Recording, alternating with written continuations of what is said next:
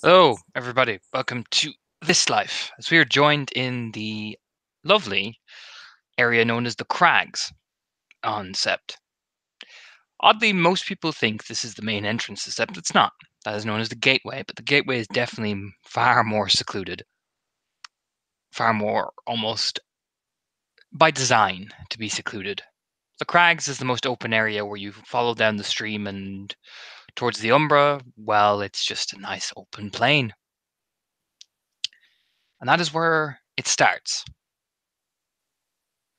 Having landed here, our new Silverfang of House Unbreakable Hearth is walking along the stony, arid hills as he looks around.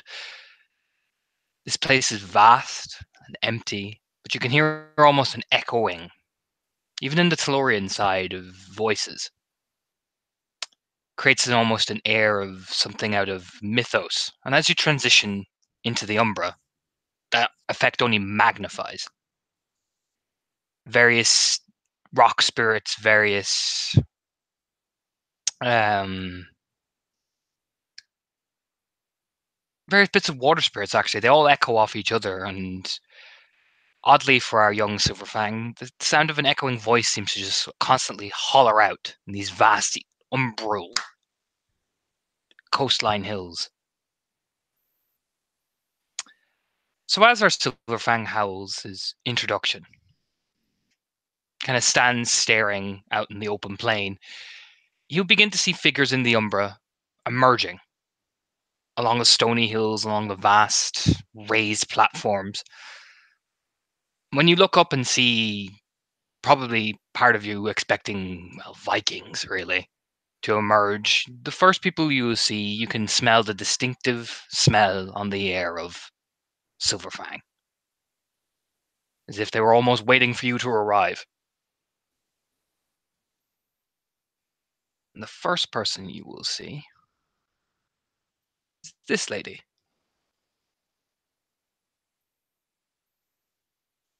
Making her way slowly towards you, pitter-pattering. For her spirit heritage, she has the same spirit heritage as the symbol for House Unbreakable Hearth. You even recognize the distinctive feathers, the distinctive patterns in her hair as well, even on the Umbra side as she's walking up towards you. I think it's Harrier, I believe. Yes, sir. So you recognize that kind of similar looking, like, facial features as well as she's walking up.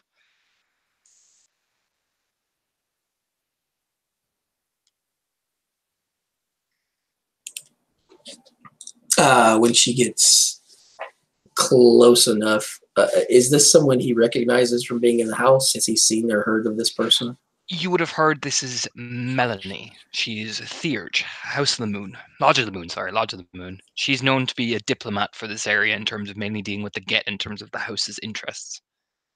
She's fostered. All right. As she starts to get close, he'll reach into his jacket pocket and pull out a handkerchief. And, well, I don't know. When you dedicate a suit of clothes, does the handkerchief go with it? I guess it imagine would. it would, yeah. I imagine it would, Okay. yeah. All right. All right. Well, we'll go that then. All right. And he'll pull it out and put it on the ground as he puts his knee where the ground would be. Instead of putting it on the ground and dirtying his trousers, he puts it on the handkerchief. And we'll stay there on one knee as she approaches, watching her feet, not looking up as she outranks him. She'll survey him. Just say very, matter of factly, you're the new one they sent. I am Raya. She'll nod. She'll, you see her reaching into the little jacket and pulling out bits of twine and various sticks, and she will take the time and do a bit of cleansing on you anyway, just to be sure and safe. She nods to herself and will, you may rise. He will start to stand and pick up his handkerchief and just absent-mindedly, brush at the knee, even just to make sure that the crease is still in his trousers, of course. And he'll take the handkerchief and tuck it back inside an inside pocket and place his raise up, and eyes will find an appropriate place somewhere between chin and bottom lip to look at, and he will await to be addressed. Did you travel far? Just from the city, Raya. I was getting my affairs there situated before coming out and making my presence known here. You seem just a bauble. I see. Have you had much experience with the Gate of Fenris? Not as such in person. I, of course, studied and have heard what they.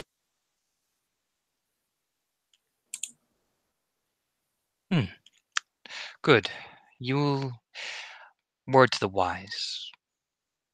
Once they address you, especially ones of the higher rank, be formal, but do not be too submissive. You will only cause ire then. After all, you're a Silverfang.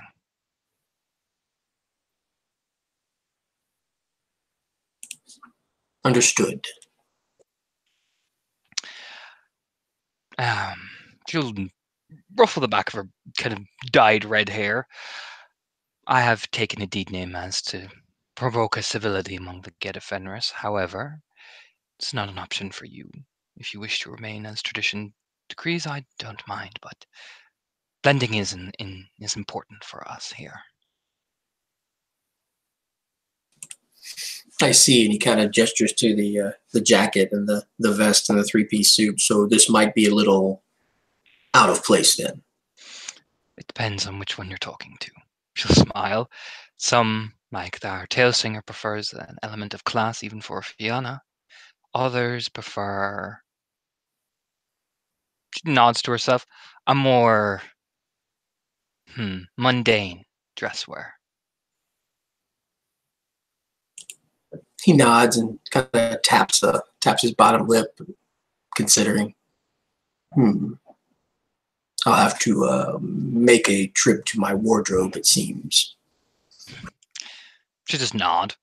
Just, get you to fall in beside her as you start walking up the hills, trekking up. In the suit, it's a bit awkward. It's like the kind of mossy ground, especially in the winter air, is quite brisk as you're walking up. You'll see other people starting to follow you down as well.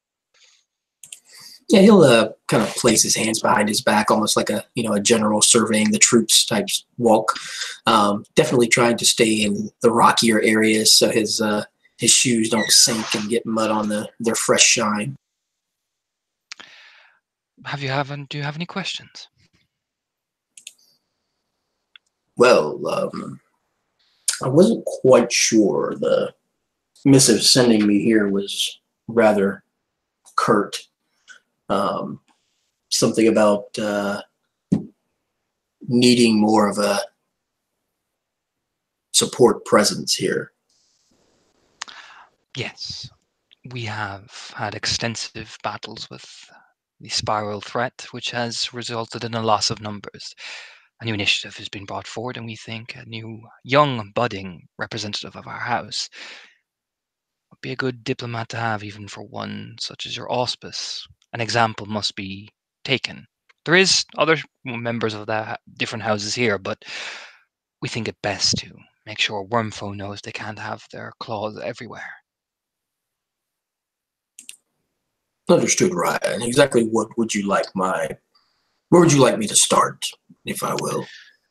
She'll, weigh up the options. She's looking around, doing a very similar posture to you, kind of surveying everything. Blend in. Volunteer yourself for various tasks. The Gate of Fenris are usually quite proactive, so you will not have no reason to be laying around. But pack is priority. If you can blend in with certain people, then do so. I myself am a beta of a pack already. We need to have our diplomatic tendencies at the forefront. I see.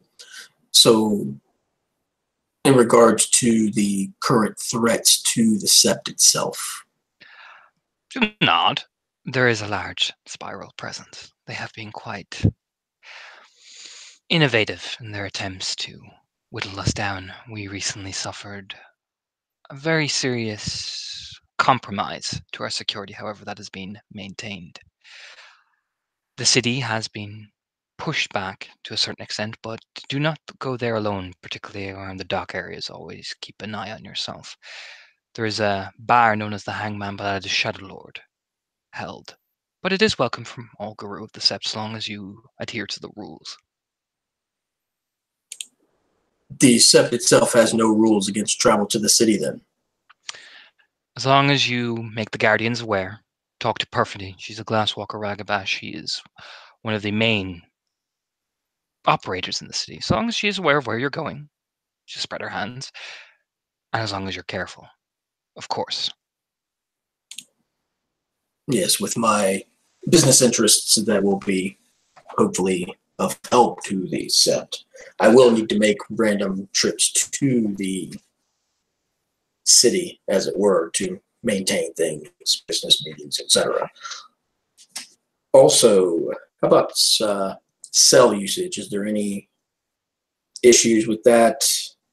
Your Issues main with competitor internet?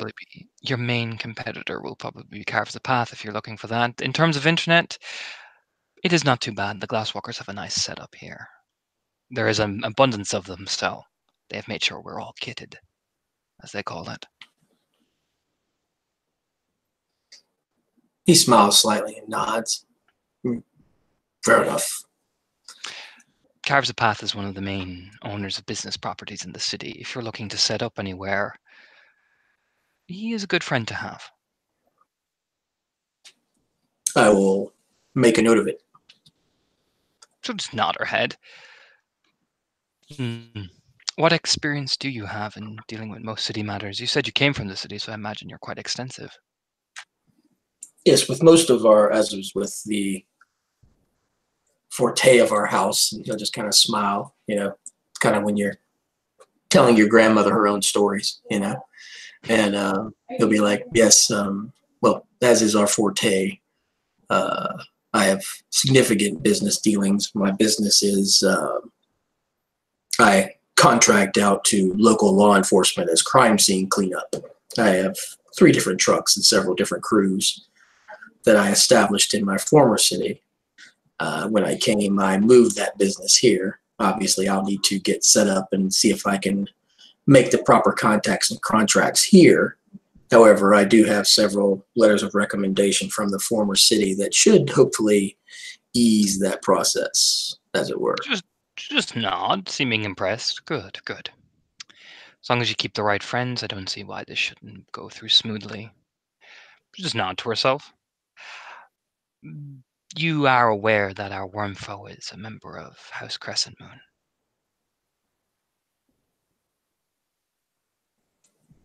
He just kind of, he's walking very smoothly, and then you say that, and it's almost like there's just a slight hesitation before his foot hits the ground, and then he keeps walking. He's like, I was not. Is that an issue? No. I'm making sure you're aware of the situation. She'll step a bit in, so it's a more discreet way of talking. Julian Orloff, he's an Adrian, but he has a reputation among ours. He is a good wormfoe, but keep that in mind.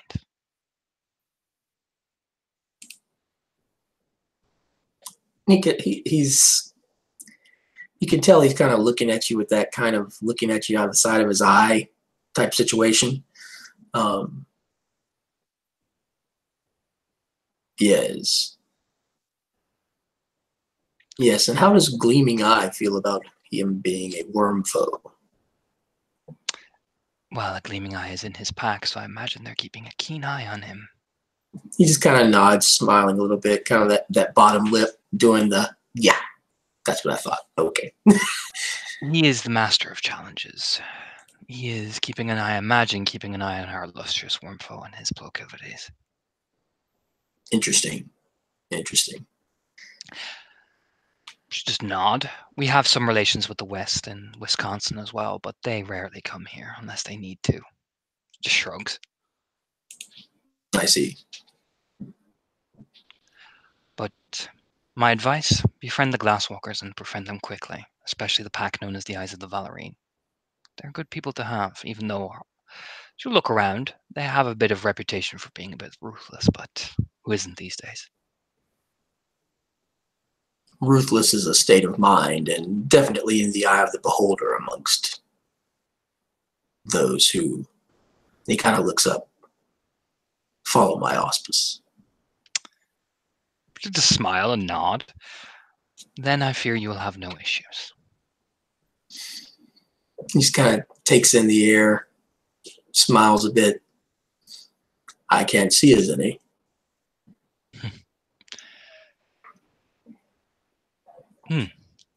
She kind of point, as she probably will see Alice walking around, and kind of will point to like probably a couple of people. They're the local guardians. If you need to set up, talk to them, and they'll point you in the direction of the warder, Siggy Ulrichsen, or the Wormfoe himself. Excellent. Any recommendations as to introductions? Name, auspice. Show respect. She's an Adrian. She's earned it. That type of deal. He kind of nods. He's like, I was meaning more certain of those of rank, both of our lineage and of others, have certain proclivities, things they prefer, things they do not. The Oryxens prefer a show of your prowess. If you shake their hand firmly, they seem to respond to you better, showing that you're strong. The Trimbunsons prefer submission. They're an old family. They like to be respected as an old family. So I see. the lower you bow, the greater they'll respond. I see. Fair enough. Seems the old ways are still honored here, which is refreshing. Not what I'm used to. There are two old families, both Ulrichsen and Trimundsen, both from the old world. They take it very seriously.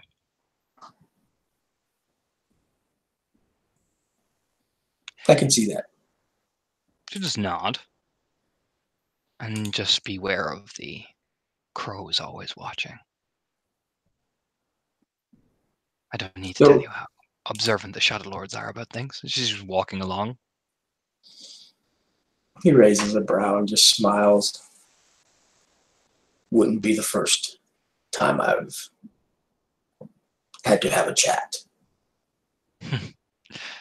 Very good. Then I think you and I will get along fine. One can only hope, right? Just nods her head. Besides, he kind of leans slightly towards her. We're family. Indeed we are. And we are making sure that we last in this set. I shall do all I can to maintain that status and upgrade it if possible. Just nod. When you need to, my pack and I live out in the city. Feel free to stop by whenever you need. We are a more misfitical lot, but you have to keep up appearances. So wink. He'll smile and he starts to pat his jacket, and then he realizes where he is and just kind of gives that helpless smile of, what am I doing? He's like, when we are back in Tellurian, remind me, and I will pass you a business card. Of course. She'll, eventually you guys will transition back over. And Alice and Charlotte, wherever you are in the crowd, you'll see Melanie walking with this guy, very idly. She'll take a business card off you and smile and hand her over her own. Yeah, Alice is just outside of her tent. She's just using a secondary cook fire she's dug out there for when she doesn't feel like doing it inside the tent. And passes over something to Charlotte. It's hot, man.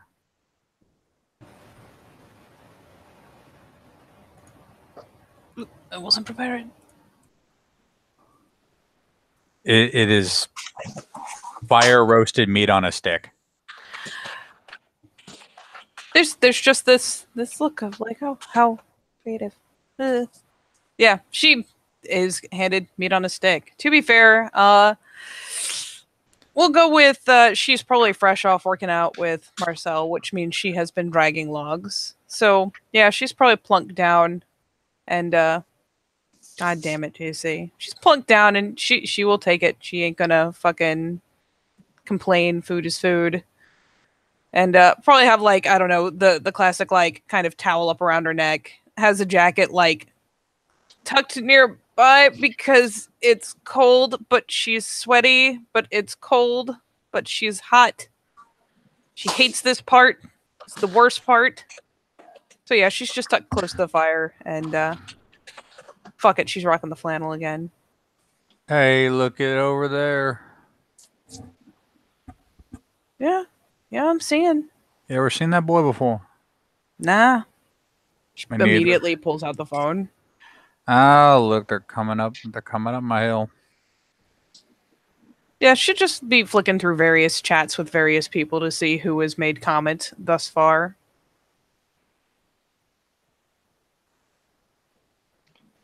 Which chats you specifically doing? Yes, we are in the story, but by now. So will you probably hear the Glasswalkers mention there's a new Silver Fang after coming, probably. Like Perfect would probably say it. Yeah, she'll flick the camera up for half a second while they're on their way along, zoom in, lick clicky, add that to the chat. Just so people have a visual reference. That boy's suit looks like it cost more than my whole damn tent. It probably did. Probably did. It's like, it takes no more than a cursory glance between the two to be like, yeah. In fact, I almost guarantee it did. And my cookware. Hell, his shoes probably cost more than my cookware. This fucking suit probably costs more than everything you've got up here put together. God damn it. All right. Here they come. Get up and do my job. Here, hold my kebab. Uh-huh. Totally just gonna hold it. Snag. This is half-eaten kebab. You think she won't eat after Alice? She has got worse things to worry about than cooties. And Alice, you see Alice get up and roll her neck around, and Charlotte's the one who has the courtesy of hearing the like horrible kerthunking noises in both directions.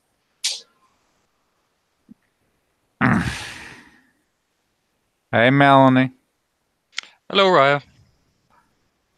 Drop that shit. You know me too long. Just shrug. Hello, Alice. What you got? Oh, the family. Just smile. Family. Recently arrived. Gotcha. Charlotte is now more interested. She's glancing over. Just the quirk of a grin and a wave, but isn't hopping up yet. Was this like Guru, Kinfolk? Oh no, he is members of. She'll smile, and she'll kind of ruffle her big dyed red hair. More family in the literal sense. Yeah.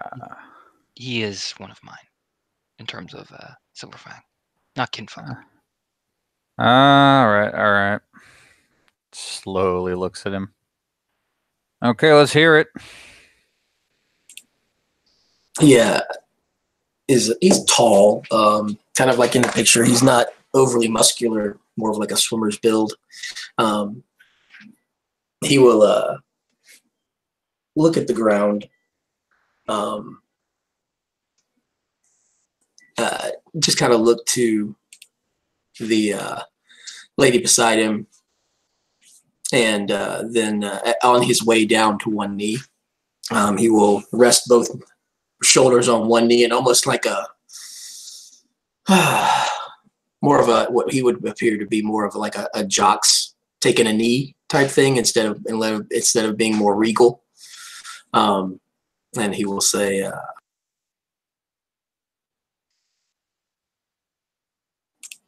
I am Bastian Campbell, full moon child of Falcon, clearth of the nation. Full moon. Well, hot damn. Alice Riefenstahl, known as the Dread Wolf's Teeth. Adrian Hamadarun of the Git of Fenris. You can get up now.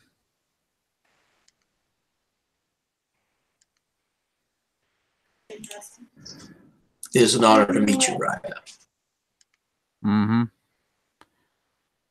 Well, you got any winter clothes? He smiles, eyes still on boots, I'm assuming. I do have quite a weather wardrobe, Brian. Weather wardrobe. You're going to need it out here. Saying exactly the frozen north, but it isn't very hospitable during the winter either. Melanie, I assume you told him about the situations we got going on these days. I've informed him as much. He's cleansed as well. Ah, good. I take your word for it. Okay. It's pretty fucking simple with me. Pull your weight and we're fine. Now, I could take you to the worm foe, which I imagine would be amusing for all parties involved. In fact, that's becoming more attractive to me by the second, or I could take you to the warder, which will mostly just be fun for me. Charlotte has flung the little kebab stick that is now empty into the fire and is tapping away on the phone, probably to let, among other people, Galley Bay know what she's gotten from this intro. And honestly, probably just asking, should we present him to you or to the warder? Just get a message from Skyarper just basically saying, whichever you fucking feel like. I don't mind seeing another person in my people. Another silver fang, puts in exclamation marks. Please tell me there's a selfie involved. Yep. Fabulous. Yeah, so she flings the little kebab stick in, finishes off Alice's, flings that in too, all the while the other hand is going on her phone. And yeah, she'll glance over. Wormfo says either's good with him.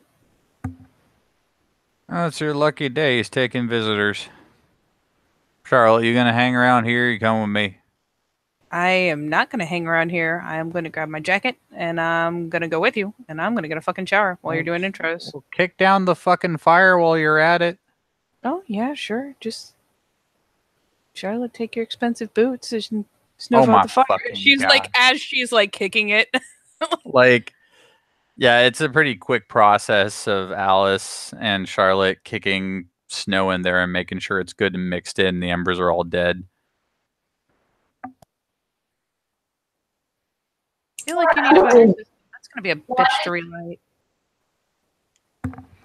Hey, only you can prevent forest fires.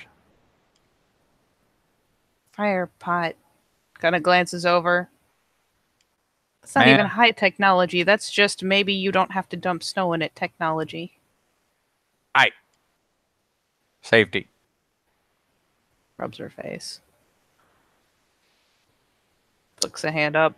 All right, let's go see our illustrious Wormfo at his camp. Yeah, you have to find the one that does. He'll take that as his leave to rise, still sitting on one knee. And we'll. Ages ago. That poor bastard. Sorry, go ahead.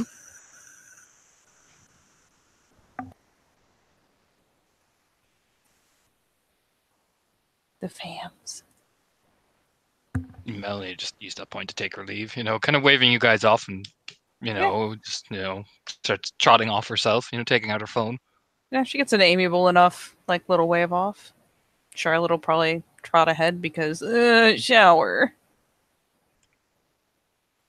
Alice is just stuck looking around. Well, shit, I guess it's just you and me.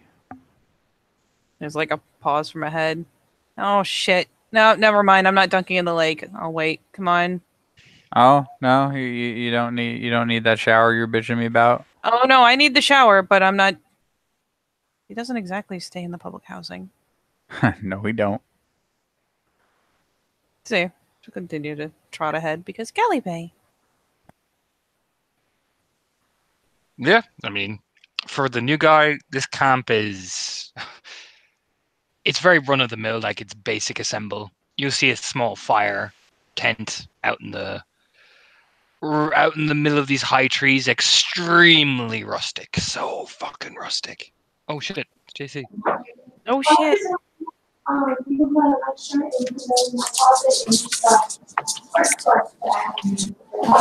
Are you with us? Oh, maybe. Okay. All right. So again, it's really rustic, this campsite.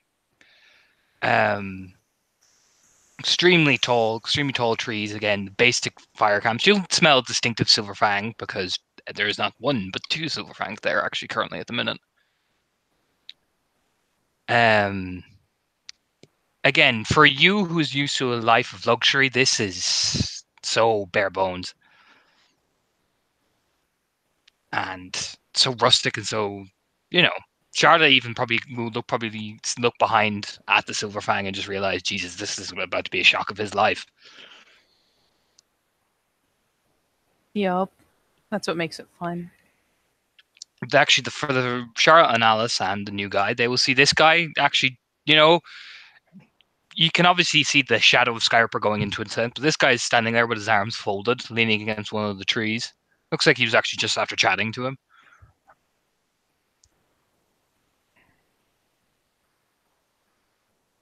Gets the cursory hand lift of, hey. Hello, Raya.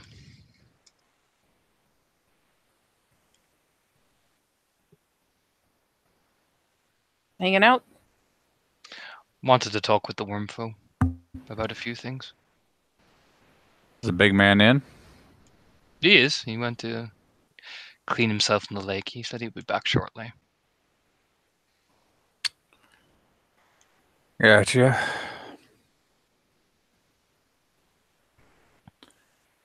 Another stiff-lipped glance at the lake, like it would be cleaner than I am now, but it's so cold. Do you two need to see him? You'll see the new guy, kind of raise an eyebrow. Bastion is just kind of standing quietly behind the other two. New guy needs to see him. New guy?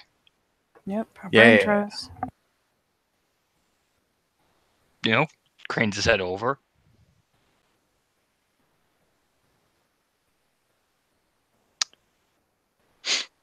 A Silverfang.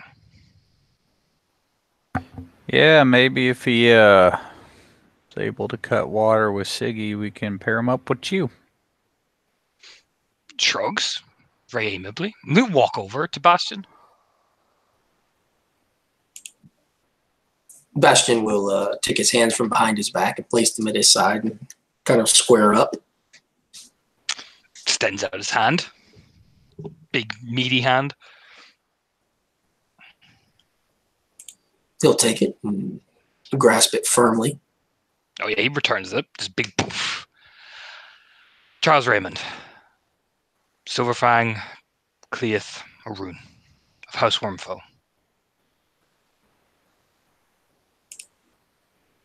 He smiles. Bastion Campbell, Cleith, Full Moon, Shadow Falcon, House Unbreakable Hearth. Just nods his head. It's good to see another one of you out here. It's good to be seen out here. I hear there's good work to be done here. Indeed. Look forward to seeing you on the front line. Never else. Never anywhere else. He smiles. The Arun's just nod. He gives that Arun nod like, yeah. You release the hand. I'll take my leave. I've discussed business enough already. You just nod, Raya's. He just, puts his hands in his denim jacket and starts to walk off. The Bastion kind of watches him walk off, and it's that definite Arun sizing up another Arun gaze. He's a big guy. He's about your size. Similar his body, if anything. He'll smile slightly and then turn back. His face just kind of going blank again as he turns back to the other two and places his hands slightly slide behind his back once more into that waiting stance. Although he's that kind of like that dog that's at the end of the chain that's just waiting to dive at something. That's definitely that stance that he's got right now. Yeah, Charlotte finds herself one of the spots to sit at. She's been at this camp enough times. She just plunks down pretty casual-like, kind of glances over. Feel free to take a seat, man. It's going to be a second. No need to stand at attention the whole time. Kind of gestures over to another one of the, I don't know, fucking logs or whatever. I don't know what all Skyripper has fashioned out there to sit on. Logs. Yeah, the there most you go. bare bones of logs. So fucking rustic, it's painful. Yep. He'll find one that preferably has no bark on it or has worn the bark, at least where it's smooth. He'll walk over and his out will come the handkerchief. And he'll go down and then he'll sit down upon it a few minutes, just kind of moving around a little bit to where he can get his rear end comfortable and still maintain his trousers. And after a moment, his hand will slide inside the jacket and he'll pull out a small stainless steel case and open it up, and that kind of pungent Turkish cigarette smell will waft out. He'll pull one out and look and say, "Mind if I smoke, Ryan?" No, go for it. I don't care.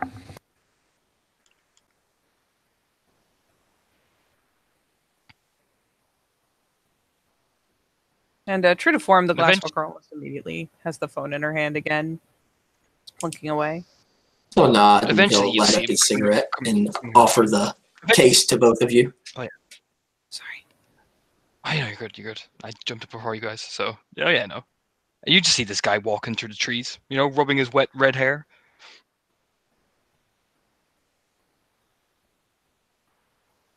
As Bastion offers Charlotte cigarettes, or offers the case over. You know what? Fuck it. Just for the sake of polite exchange. Yeah, she'll actually take one. Afternoon. Just kind of rubs his head as he trudges down. He's getting dressed in a shirt, very like ripped jeans essentially. He looks completely dressed down as hell. He rubs his hair, his beard's growing out a bit again. Hello. This is the guy. I'm sure Charlotte's already texted her face off to you about it. The Kind of last raises- text may or may not read, lol, he sat on a hanky. Just raises his eyebrows. He opens up his phone and flicks it open and flicks it back closed again. Just nods to himself and he'll walk over, you know, putting his hands behind his back again. Very much looks like essentially like not the regality of Bastion, but no, looks essentially like a man of the wild essentially at the minute as he's walking over.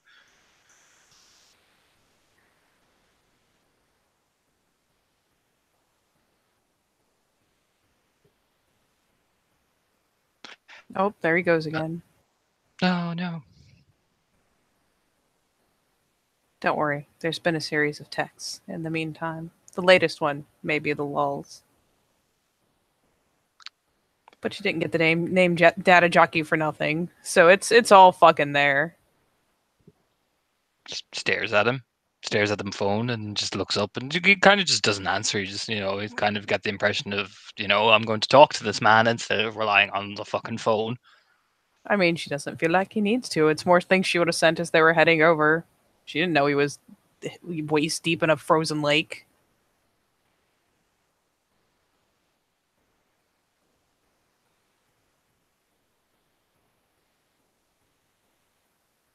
Maybe. Or maybe his Wi-Fi is poop. Oh, it's poop. No. Right. Keep the flow going a bit. Oh, Uh, uh. Oh, Jesus. Oh, there you go. there we go.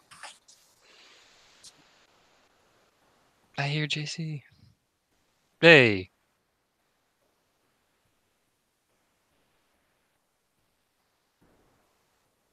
Are you with us, buddy? Damn Nope. it. All right, I'll just keep the flow going while he attempts to get through. So I'm just gonna say Bastion is a bit away. So Scarpro just turns to look at you and kind of kneel down a bit, you know, picking up the fucking sheath. You all know what's in there. He sits down on one of the logs very slowly, very deliberately, as if he's taking his time. And draws it, and you hear the shoom, you know, so the light of the silver reflects off the morning sun. He takes out the whetstone and just starts to run his hand gently along it. What else do you two need apart from introducing me to the new rune? Nothing as of yet. We were gonna reach out to some people, Down at the docks, by the whole spiral thing now that we're back. You hear the shing. Yes, the gallows have been pushing quite aggressively from what my report tells me. Figured we'd at least talk to him, get a better idea of what's what. You probably should, seeing as undergrowth is quite... Smirks. Irritated that you didn't follow up on the lead he presented for you. Looks right at Charlotte. The hands kind of pop up. I gave him fair warning I was going to need time to go and do all this. Shrugs. It's not my problem. I'm still fucking sore about getting bushwhacked myself. Well, they're a lot clearer than they used to be from what I know, and if they're planning to take a more aggressive initiative, we'll need aggressive people to do that. Yeah. I know the Blackblade is lurking around the eastern area, so if we can pin him down and isolate him, that will be a much more relieved enemy off our hands. Yeah, it would. Daughter ain't no slouch, though she overestimates herself. Shrugs. Look on her face when she couldn't catch me in the neck was fucking priceless. I do believe the young bone gnawer wanted to talk to you, Charlotte, when you got back. Oh, thank God. Something... She discussed it with me, but she spread her hands. Particulars, she said. Yeah, hopefully a roundabout biological weapon against at least 2 of them. Won't do shit to the others, I don't imagine. Probably not.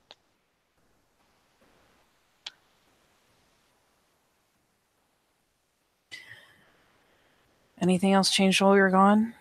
Anything happened? Anyone make moves? We've been pushing further. More of the dockland is now ours again, and we've begun the cleansing process. There has been more lurking activity from whoever these bikers are. They seem to be lingering and building. Perfidy tells me that there are a few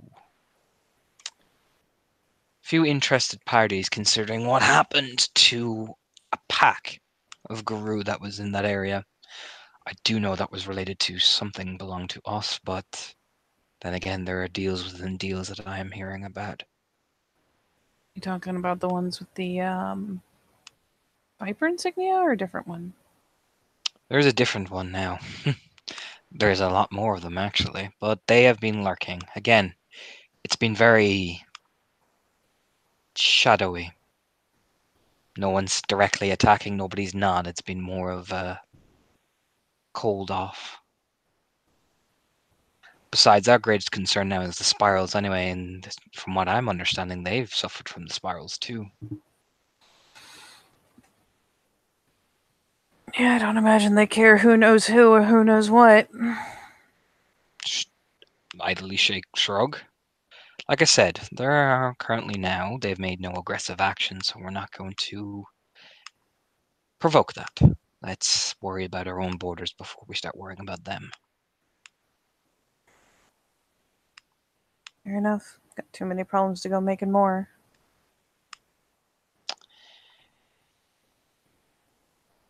From what I can tell, the Blackblade, the Sinister, the Silence, they seem to have wrangled up. They're heading up somewhere in the eastern border, perhaps even taking up the old road towards Wolves Maw. But they are pushed out for now, but they are kind of frowns. Doesn't look like it slowed them down, but it's more like they've rechanged their strategy. You think those 3 in particular are separated from the other 2? Who knows? Who knows? From what I can tell is maybe they're changing tactics. Losing a heavyweight like their alpha, perhaps they've changed their firepower a bit. I do know that area that you lost Santos in is still relatively held by them. Then those scrunch. Artemi and her pack have done some isolated scouting around that area, and they've reported a high concentration of Wormish activity. course. Again, they've been different. They're not as aggressive. They are more careful about where they attack.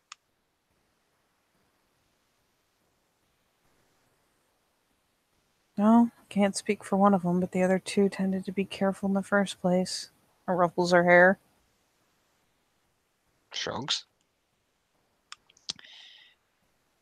If we can isolate, but I fear they won't do the isolation tactic, let us see how your strategy works with the bow and arrow. Could be a He's way hoping. to do something against them. I mean, at the very least, it'll make the smiling bitch real mad. Yes, which means you need to be prepared for that.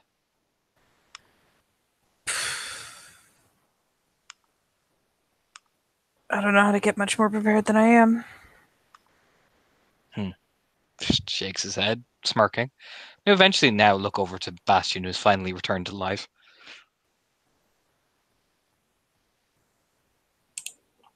Bastion will be still kind of watching when he approached, he would have stood and waited to be addressed. Once addressed, he will perform his dropping down to one knee, head extremely low at the introduction, and would have waited to be addressed. You get the strong, big, strong scent of pure breed 4 off this guy. Very strong, distinctive smell. Despite the dirt and the muck, and well, he's clean enough, but the shabby appearance. As he sheathes the weapon that he was polishing, he'll rise very slowly and look at the kneeling figure of you. Unbreakable hearth, they said. That's correct, Raya.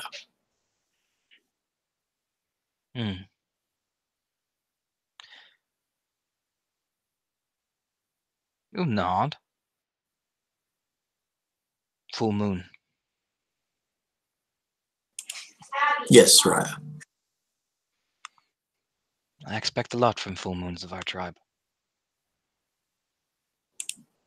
As you should, Raya. Nod.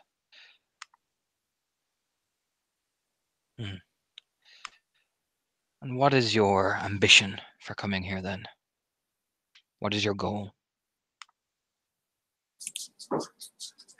My goal is to be of service to my tribe and the nation. Raya. Nods. A very astute answer. But what is you? You said your name is Bastion, yes? Yes, my lord. Bastion Campbell. Gamble. An old name. Very old, Raya. And what do you plan to do with such an old name at your back? Prove that I don't need it at my back, Raya. Just nods, smirking slightly. Interesting answer.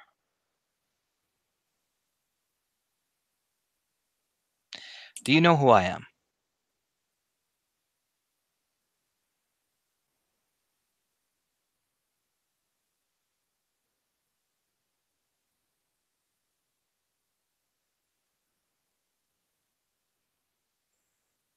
He says this as he actually, which is really odd and disconcerting for a Silverfang. He kneels down in front of you, so you meet eye contact with him.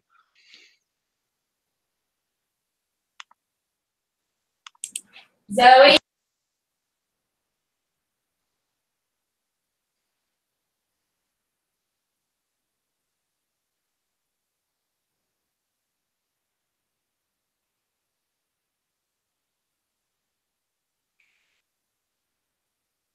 Which is, watching Skyriper like kneel to another Cleath, like he's not like kneeling as he's bowing, no, he crouched down, so but these eye contacts as well, imagine for the other two agents, it's a bit odd. A little bit. There may or may not be some tactical failure to mention how odd that is. his with the lowering of his eyes to meet his, he will raise his gaze a little bit, chin kind of jutted out a little bit. Definitely in a room. Oh, you want to see my eyes? Well, here they are, motherfucker. Scarpo I do. lock eyes. You know, these deep green eyes locking yours. When you say I do, nod. Well then, Bastion.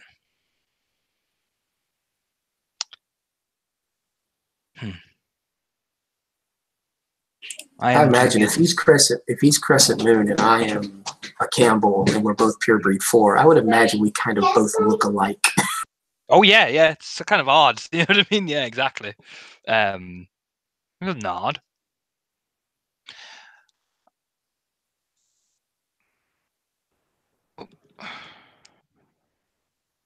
There you go. Accidentally muted myself. And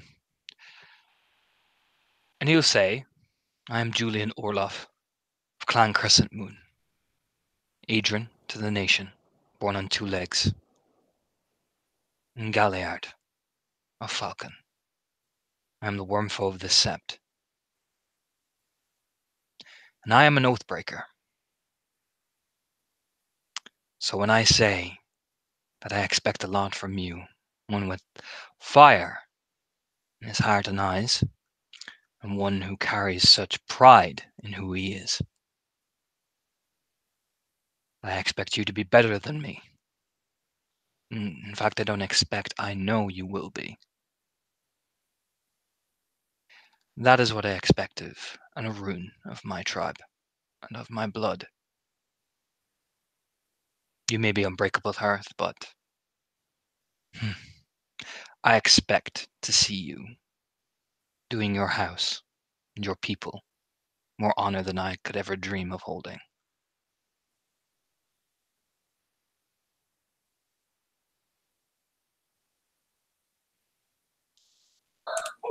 As you say, Raya. Nod. Rise up very slowly. Again, he's still regal as fuck, because he's even in the weird hand-me-down clothes that he's wearing. He'll look over at the other two. Do you need anything else? Can't say we do. Just nods. Looks over at Charlotte. There's just kind of like the little head shake. She goes to tuck the phone. Very well then. See that he gets his lodgings. Start walking, puts his hands in the kind of, run down jeans and just starts walking along the stream. Obviously, like he's going to meet somebody. All right, little guy. Well, you ain't that little, is you? You're taller than me. All right, big guy.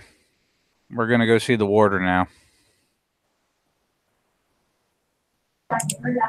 He'll stand as the other gentleman wanders off. He'll kind of straighten his suit, and as Alice states their next destination, he'll just simply nod and kind of brush off some of the areas of his suit and smile and kind of gesture like he's ready when you are.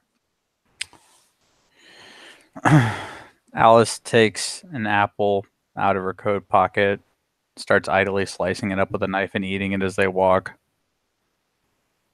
She manages to get through the whole damn apple by the time that they're near where at least she thinks Siggy might be.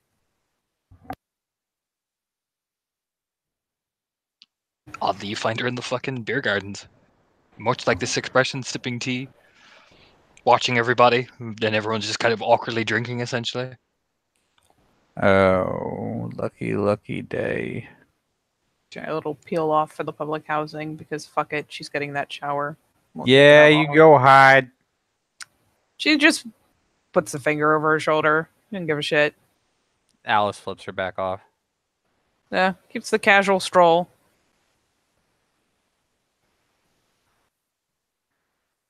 Okay. You want a beer or some before we do this? You can't hear.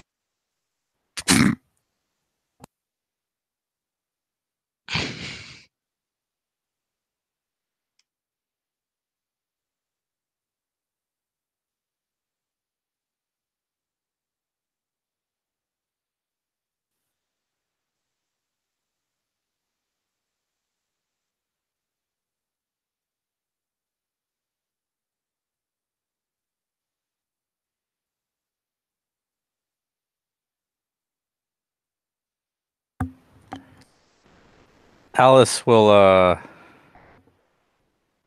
kind of slowly amble in ahead of her charge. And she'll get herself a shot, which is just done very quickly. And then head over to Siggy. He'll, at the mention of alcohol, he'll reach into his other pocket inside his jacket and pull out a small flask and take a sip and then offer it to her. Yeah, she'll take any booze that's handed to her. So It's pretty good whiskey. yay. Okay. Let me approach ahead of you and figure out how best to do this. And she will take the first steps towards Siggy. Siggy, as she sips, she looks up and sees you. Just stares at you with those fucking intense fucking what, type eyes, you know what I mean? Raya, I've got a brand new Clea full moon out there. I heard the howl. You want to receive him here or outside or... Is he incapable of introducing himself? No, I wouldn't say so. Just know you can be peculiar about, or particular rather, about where you want to see the new people. Then let the Arun do his job. She kind of just gestures with her hand, like, move. Yeah, where am I? I'm not here. Fuck this. And she just look at the Silverfang and just kind of with the palm of her hand just go, come, He'll approach. Is she like sitting at a table or something? Yep, must sitting miss at a that. table with her feet propped up, the big, huge fucking boots. All right, he'll come up and he'll stop at the stop a respectful distance and then drop to one knee. Eyes will go to somewhere on the seat, I would say, and he'll wait to be addressed.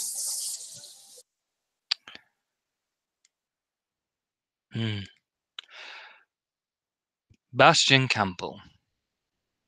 That is your name, yes? It is, Raya. Cleith of the Nation and Full Moon of Falcon. Am I correct? You are, Raya. Nods. What is your combat experience?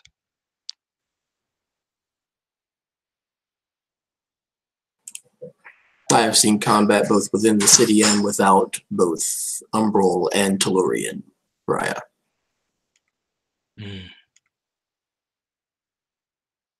Nods. Good. I will need people who are effective. And are you... You come here for a reason? Or have you been sent to me?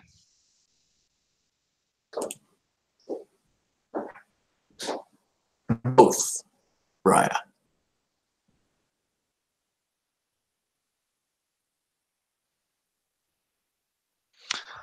Very well. I assume the reason here is to do your duty. As well as can be done, Raya. Good. Good. That is what I like to hear. I'm putting you onto the Guardians as you are in a rune and I need more able-bodied men. You'll start in the morning. When she says Arun, his posture kind of stiffens, shoulders kind of go back a little bit as in, hell yeah, I am. Smirks at him. I take it by your stance that I expect results from you.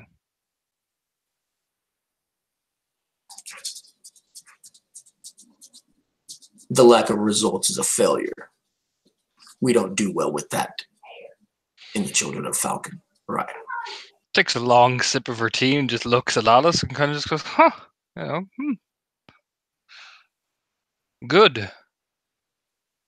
I shall hold you better to your rival then, in your Cleat standing among the full moons. After all, 2 falcons at my command, I expect both one of you to be better than the other. Healthy competition is a favorite of mine.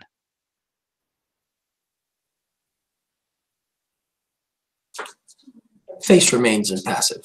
As you say, right? Just nod. Very well. Morning patrol starts at 5 a.m. Pair up with whoever you deem worthy of pairing up with, and make sure you do both the Umbra and Tellurian. When combat happens, no mercy for anything that tries to cross my walls.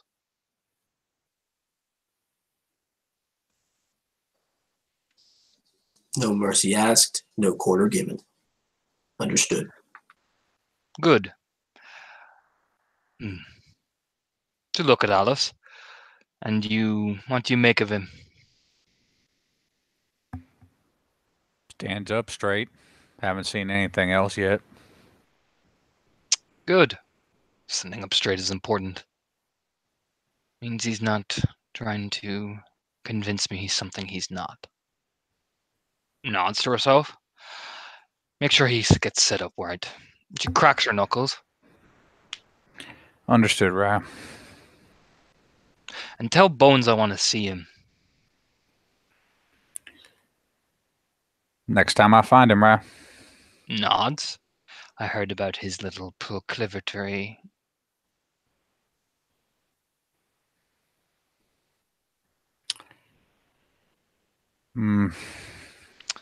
Example must be made. It is my sept. I do not. If there is no fighting, there is no fighting. A disobeying Zori's word is disobeying mine. I can't have that. Understood. Just nods. She's got the wrappings on her hands already.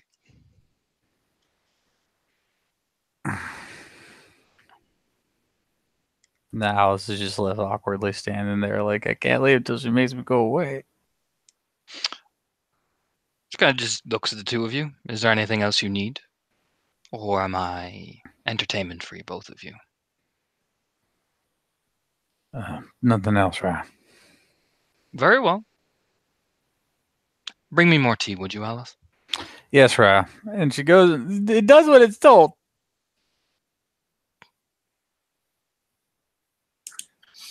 Getting that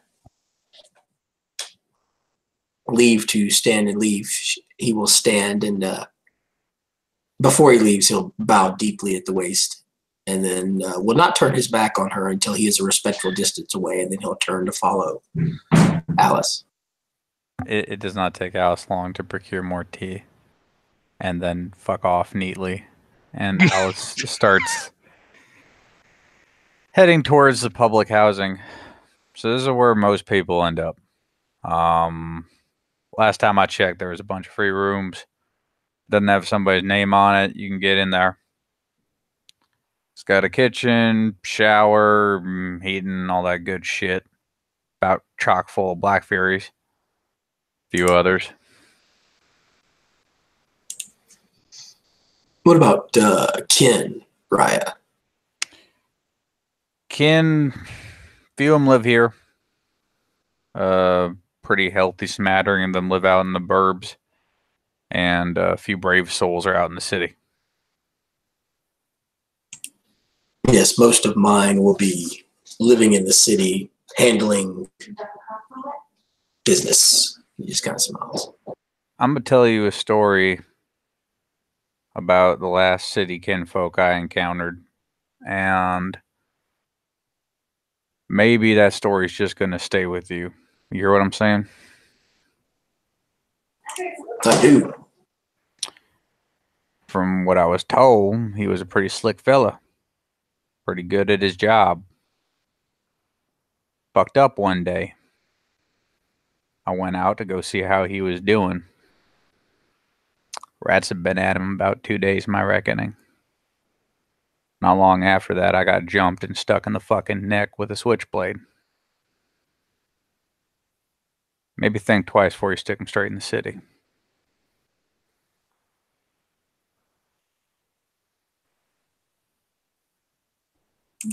He nods kind of understandingly and understood. Perhaps I will recommend the burbs, as you say.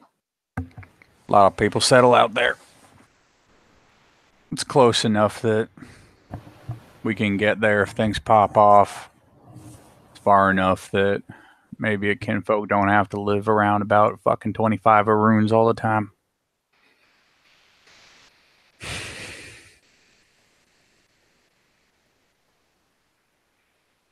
And Alice will make her way into the public housing and start looking for like an open room.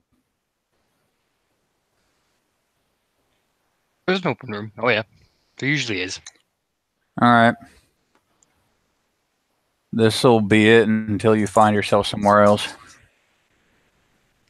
We'll have Charlotte puttering out of the showers, made up, kind of glancing at Alice, glancing at the new Silver Fang, glancing at Alice, glancing at the door, glancing at the Silver Fang.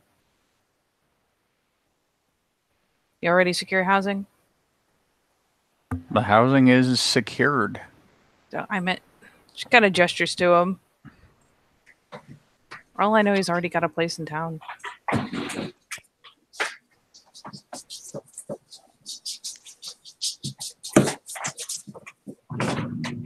We were currently doing just that, Raya.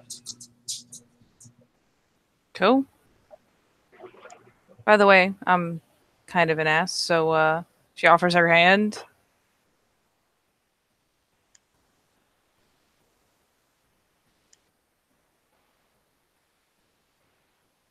He'll nod, kind of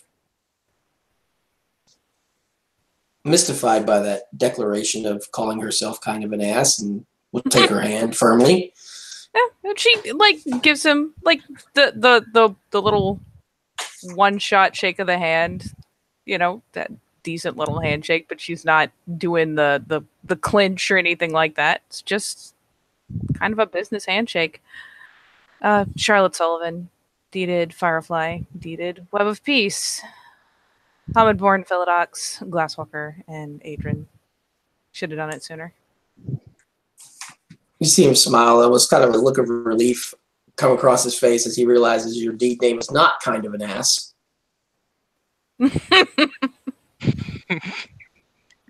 And nods and says, Bastian Campbell, Cleith, Full Moon, son of Falcon.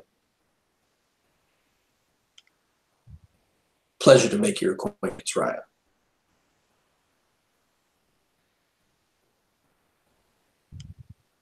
Pleasure's all mine. It's a cursory little quirk of a grin. There's that Silver Fang look of, you're damn right it is.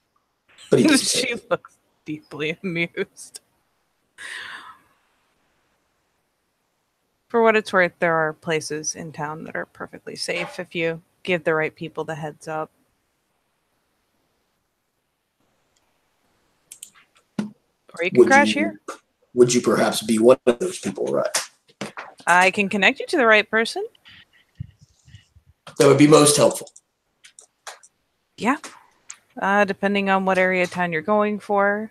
You obviously know or have met Melanie. Her pack has a place in the burbs.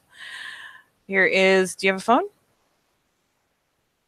He'll reach inside his pocket and a truly stupidly expensive smartphone will appear in his hand.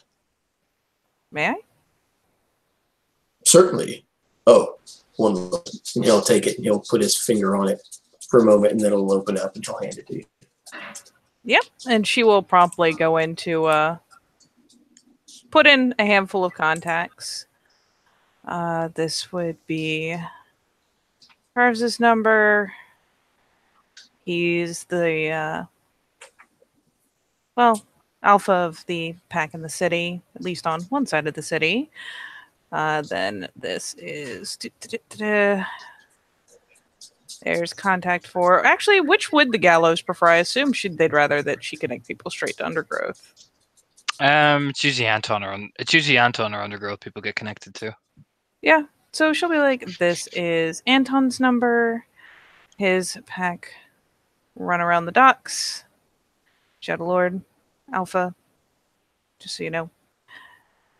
Putters in numbers. And this last one is Perfidy. And she is also putting in, she's actually just putting in like generic first names. And And she's pretty much the other hub of what all is going on. I'm good at passing on info, but she has a better finger on the pulse than I do. So when you're going out into town, when you're going off into other places, you make sure Perfidy knows. She keeps the Guardians abreast of the situation. Make sure the right people know what's going on. Glasswalker. He nods and smiles. And yeah, Of she just course. plunks three new contacts in his phone, offers it back. He'll take it, look at it, take mental note of what she did in there, and then click the side button and disappears back into the waistcoat of his vest. And if you've got kinfolk, Carves' wife tends to run a lot of the kinfolk activity, at least in the city. Carves himself is, last I checked, in the media. Interesting. Yes, I do have kin that help me with the facilitation of my business. Well, Carves is probably one of the best people to talk to about getting them on the right part of town. That or near where the Striders live and patrol. Fair enough.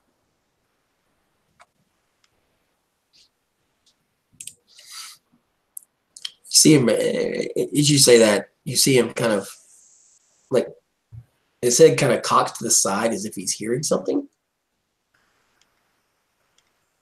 He frowns for a moment. Just you can see him almost say something under his breath, and he just shakes his head and then smiles. Gonna peony the fuck out of that. You can't stop me. Nope. He didn't try to hide it. Trying to decide, like, that's not a Bluetooth move. You were in the Umbra. I didn't see you put anything in your ear.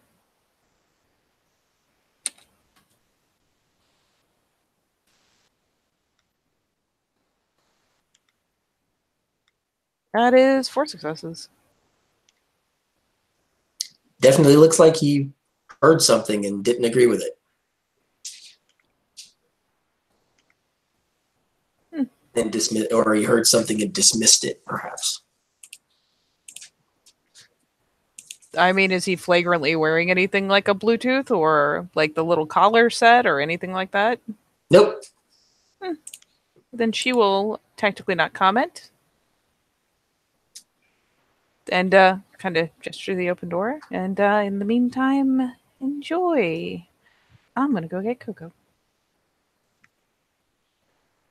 Charlotte, we still got a couple things we gotta do. What? Well, for when we gotta go down the bar, Yeah? and I gotta go get Bones. What?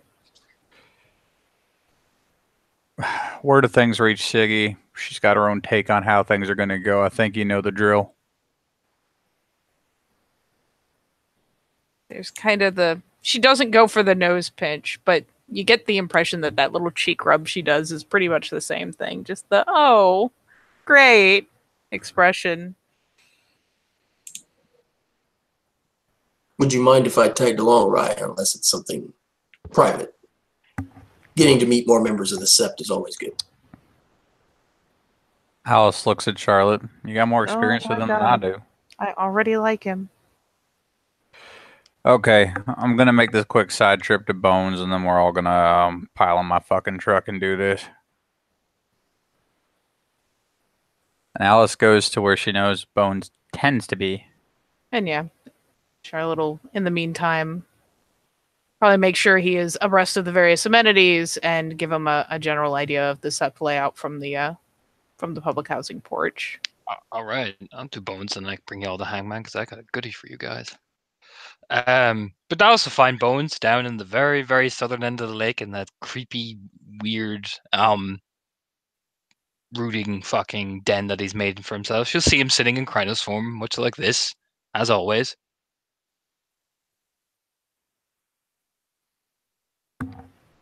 Hey, Bones.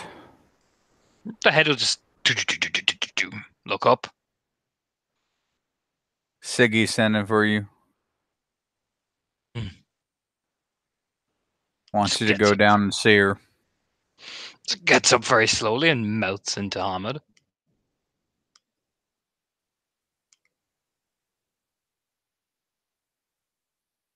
Very well. You ate today?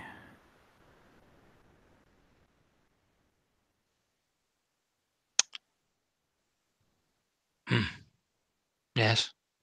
All right, good. I'm just gonna I mean- tell you now. You just walk up. He just, comes out, just takes a step over. You hear a crunch of probably like a bit of bone on the ground as he just walks through. I'm gonna tell you now. You're looking at least 24 hours of constant fucking beating.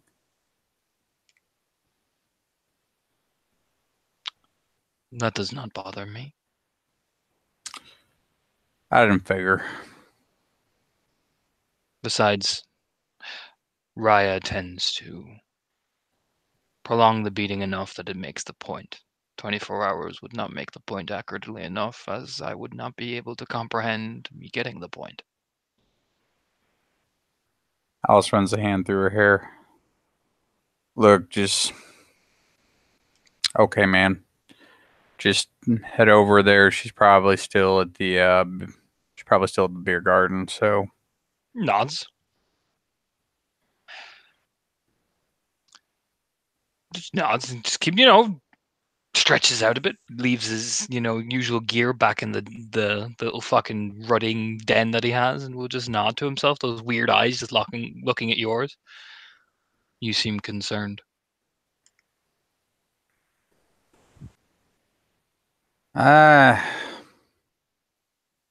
nah. I was just making sure you'd at least fucking eaten today.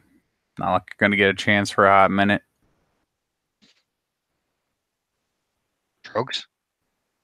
You regenerate. Besides, Raya tends to make sure that my training goes a particular way. She has taken a good interest. Okay. I trust you get over there. He just starts walking, in his own business. And Alice goes back to reunite with the other two and bring them to her fucking beat to shit Ford. Yeah, feel free to assume in the meantime, JC, that he's getting a rundown of this area's over here, this is over there. Essentially all that stuff that's like the points of interest around the sept. You're getting filled in on what's where, who tends to be where, a rundown of who's in what pack. All right. Excellent. At some point while we're doing that, he'll have met with some of his kinfolk and switched out of his suit as all of his introductions have been made. He'll be in something a little bit more casual. More casual. Fuck. Is anyone doing anything on set before I take you guys off? I know, Sharon, you put something in the side jacket. I don't know if you're doing that. For the moment, honestly, she doesn't need to try to stomp on everyone's fucking feet. So, at least initially, if Siggy's the warder and she's going to do what the warder do, in the end, this is kind of her territory to enforce rules like that. Anywho, she will become far more concerned and interested and likely to act if it is still going when she gets back. Okay. So you take a drive downtown. For the newcomer, this is a long trip in the busted Ford. You drive through and you head to, these empty, darkened streets, what looks to be the thing. You notice everything gets a bit more darker, even as it's only coming late afternoon type vibe. When you eventually arrive, you arrive into a small bar. You walk in and you can hear music playing, and the bar looks more or less like this. Very sort of Eastern European style. There's a few people there. You can see someone with kind of bright blue hair working at the bar. She seems to be, working, doing what fucking barmaids do when they know they're about to have busy open hours. So she seems to be setting things around. You can see spot one or two people smoking. You get the distinctive Shadowlore pure breed smell. Oof. smells of your natural enemy, the Shadow Lords, is you'll see two people in there. One, this guy, and the other is this guy. Those two seem to be there currently, and the blue hair girl just seems to be pittering around, picking up stuff, polishing down the countertops and all that. But as Alice, Charlotte, and Bastion walk in, this will be the first face they see. He's leaning over the bar, reaching for something as he pops a cigarette in his mouth and looks over, very casually.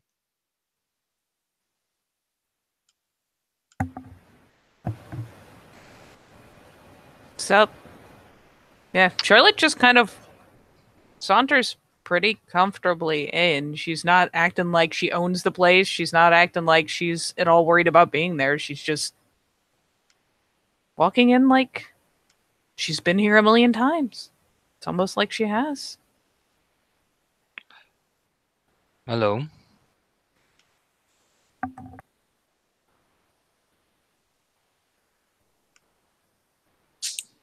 When Bastion follows in, he has that definite when the Shadow Lord pure breed hits his nose, it's abruptly the Arun swagger comes in. There's definitely a little bit more predatory to his features at that point. Yeah, Vincent just leans back against the counter, arms folded. He gets the whiff of the Silverfang, the kind of Shadow Lord Philodox, just seems to inflate a bit.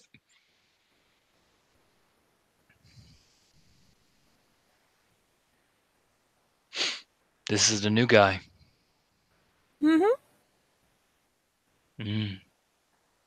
Figured he should know the points of interest. I see. And who takes care of what? Kind of glances over.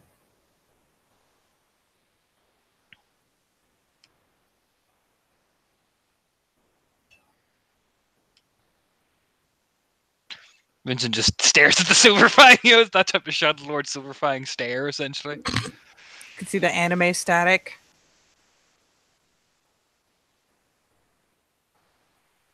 He seems big. Bastion smirks at that. Just kind of that, yes, I am. Vincent will fuck it, Vincent will do it. He'll extend his hand. No, he'll step forward and take the hand for a moment. Vincent Selenoff, known as Quiet Storm. Philodox Fostern of Grandfather Thunder. Bastion Campbell, son of Falcon. Full moon.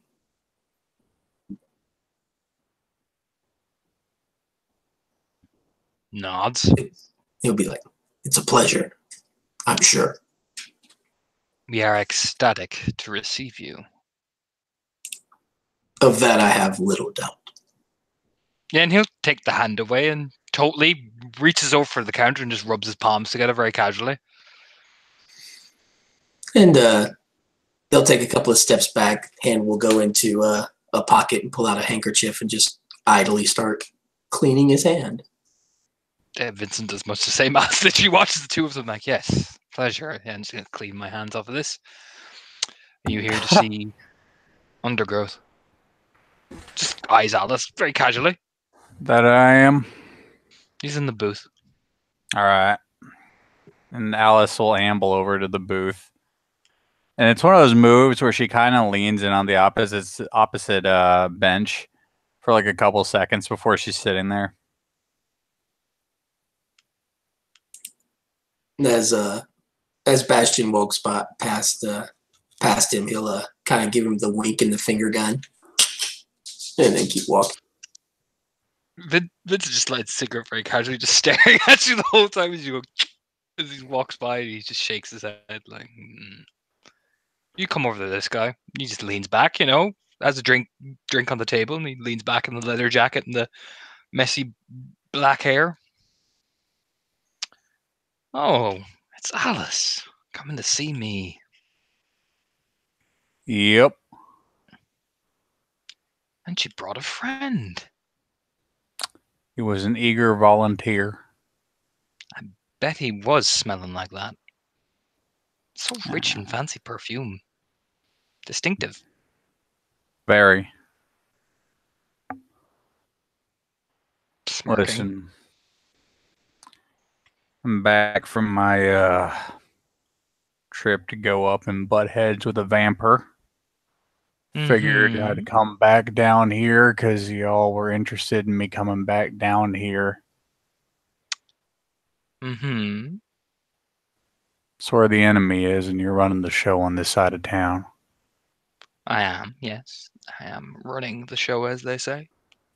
Idly plays with one of his knuckles, cracking it. I ain't here to challenge that or fuck with you. I'm just here to help you out. Are you?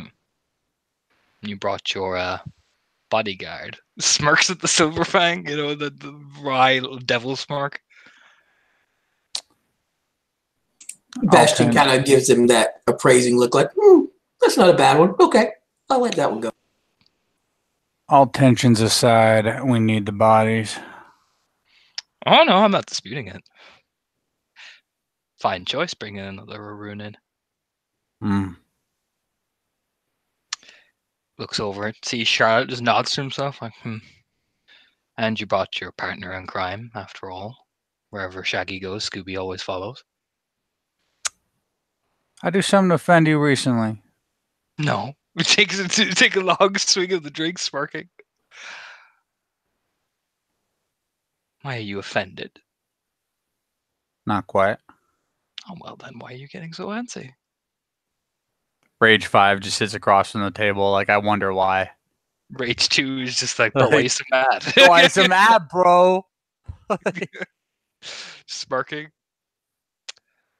I'm just making an observant. You two seem to be so together. Almost think you'd be a pack.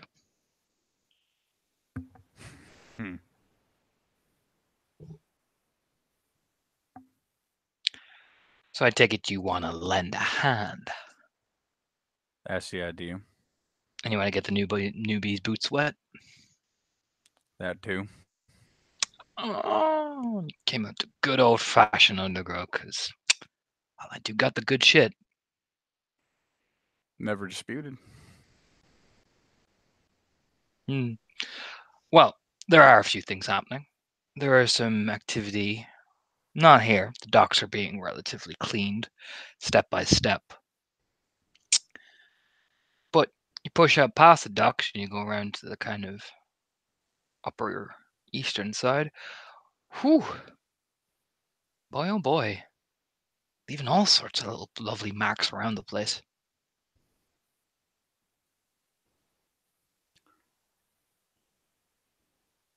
What's the plan?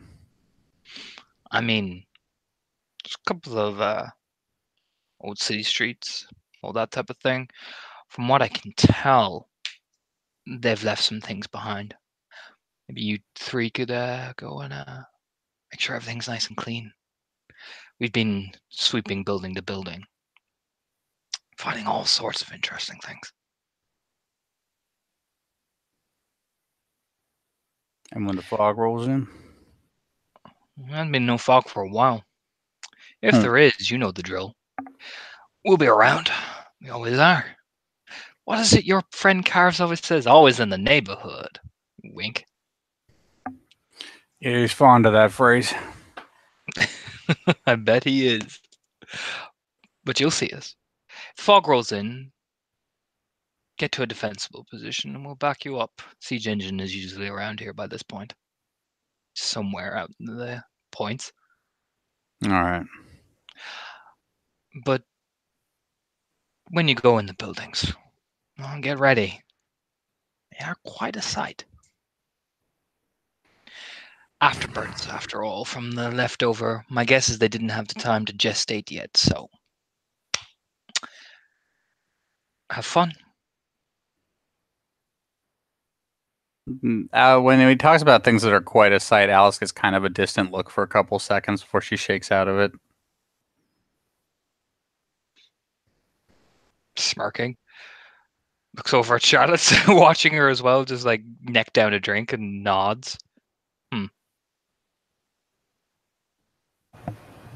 Truth be told, since I was up and missed the transition over, I'm gonna assume she's just kind of like small talking Vincent, trying to figure out like what's been up, what's changed, where are they getting pushed, what do they need.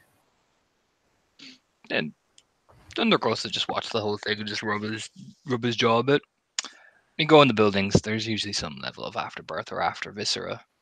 Maybe one or two that crawl out of the carcass. Put them down. Torch the place after. Depends on the value of the place. If you can, clean it. If you can't, burn it. Just don't burn down the whole fucking district. Alice grins. And if you all get in trouble, well. What Yeah. they say about looking for the ravens, right? You lean back. I got you. Well, house to house it. They'll ditz want to talk to her. Alone. He'll add with a smirk. Always a pleasure. And she just slides out of the booth and takes the Cleith with her. Just waves. See you around, Alice. You just, waves at the two of you. Very cheery. Where? Some smarmy grin. And when she gets back to Charlotte, Undergrowth wants to talk to you. Tag out. Yep. And yeah. Fist bump, bar sit, time for cheesy fries. Oh my god. Yeah, Charlotte will take the glass with her that is honestly more of a prop than anything. She's sipped on it, but yeah. I'll come over, take a spot in the booth. Hey? Does a little finger waggle, the hey, that type of thing.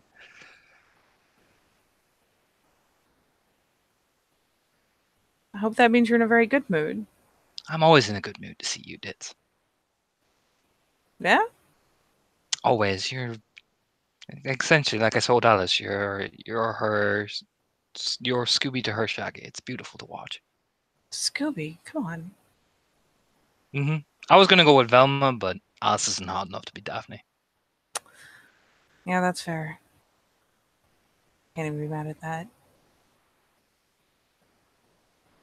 I mean, the Silverfang definitely looks like a Fred. Very, oh my god, puffs his chest out a bit. She's like getting down a little bit, like she's got the elbow on the table and like her chin in her hand, like you're not wrong. I mean, well, if you get a guy that's, I might switch it around. I just, I might change up the lineup of the Scooby Gang. Who's position where. Although I don't want to say in front of Alice, how ruins they get so touchy. They do. That's a thing they do.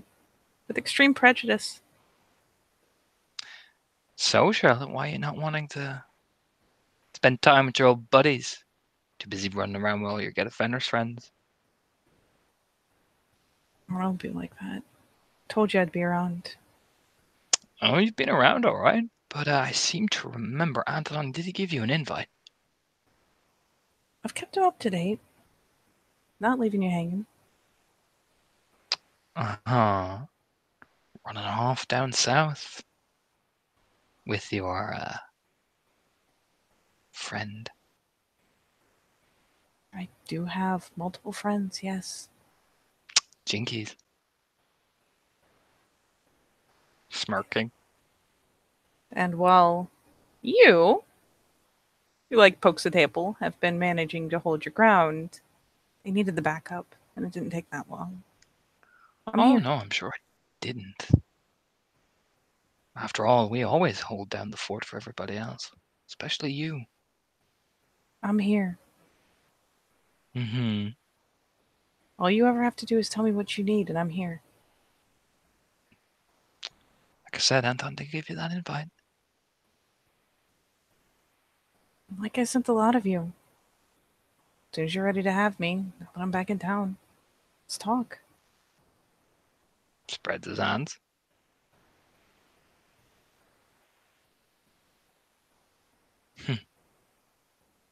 see. No, it's fine, Charlotte. I'm not mad. I'm never mad about things. It's not my job to be mad. I don't feel like you get mad. I feel like at best you get even. If I wanted to get even, it'd be way too easy with you, sweetheart.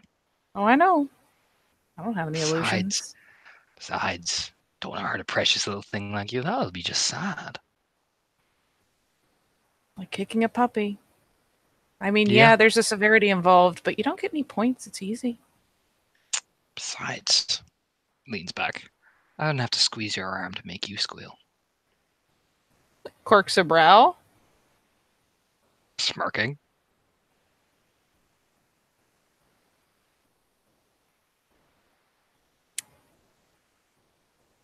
Leave me so torn.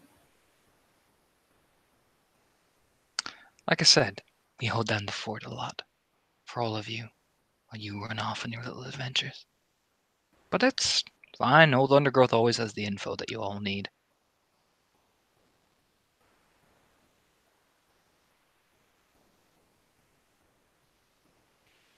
There's like that moment of like, I'm just gonna take a breath. Do you know she was hanging around with Carves, by the way? What? Oh, you didn't know? Pulls her in. Well, girl, let me spill the gossip. You didn't know about that? I'm not even sure who her is yet. What? Like Scoob, Shaggy's wandering off with other people. She already swore off me. What do you expect me to do? And yet you're following her around like a lapdog. Fascinating.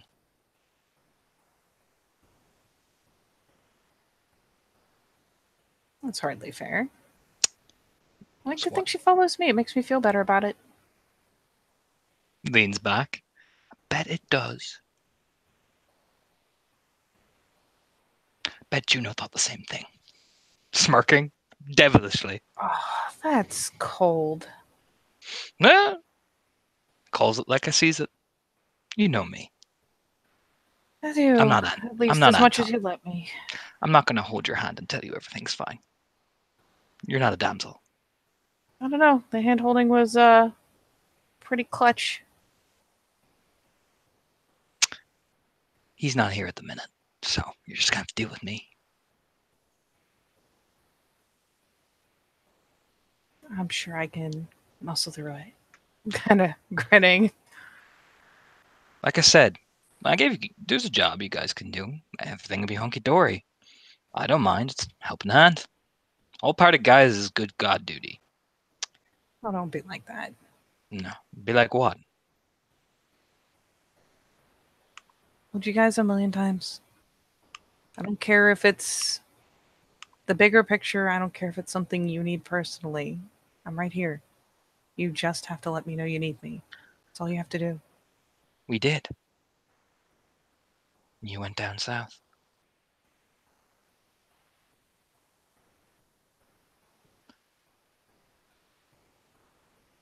Gave me an offer, and he told me I could have the time I needed. We expected you to turn up. I didn't leave you hanging. I kept him in the loop. Sent messages. I don't like leaving people hanging, Undergrowth. Not how I roll. We'll see. Because Anton likes you. Vincent likes you. See, Jinjin doesn't mind you. After all, you're one of his kids. Crowd, whatever. Me, I'm always wary. Always. I don't suppose I can blame you.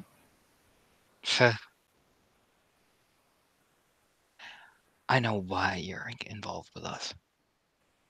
Saying out of the goodness of your heart.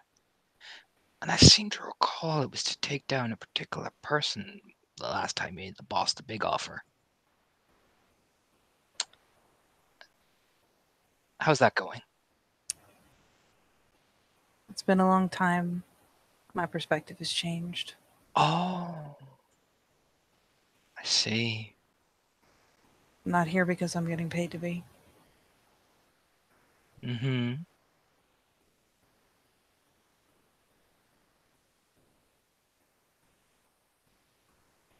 And Like I said, we notice things. Can't play both sides forever, Charlotte. Not with us. what is your digs against curves then? Why would I tell you that?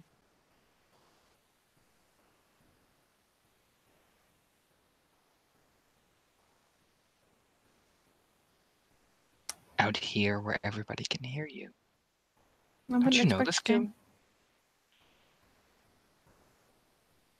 Considering that the first time I mentioned carbs in this establishment, it did not go my way. No. No, I don't expect that to be the way it goes. Like I said, we notice. We've not minded, but we notice. Little training sessions up in the crags. That should save my life. Mm-hmm. Your boyfriend buying a brand new apartment. I wasn't here for that. Don't put that And on he's me. still under your name. I mean, what's a guy to think?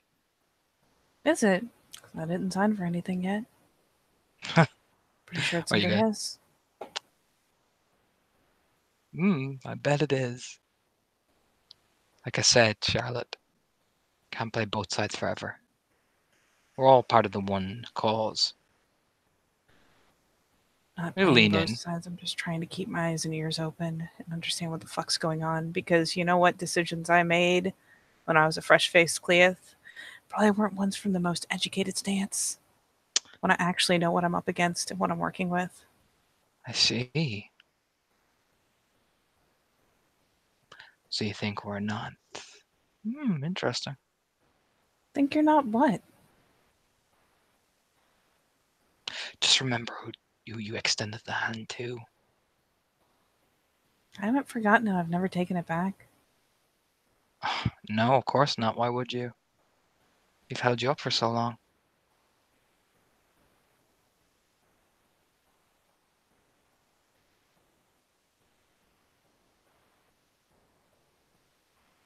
Can't credit you for things I don't see you doing. I don't know you're doing. Whatever you have been, besides what I already know about, thank you. But I'm still right here, and I haven't changed sides. I'm just trying to understand.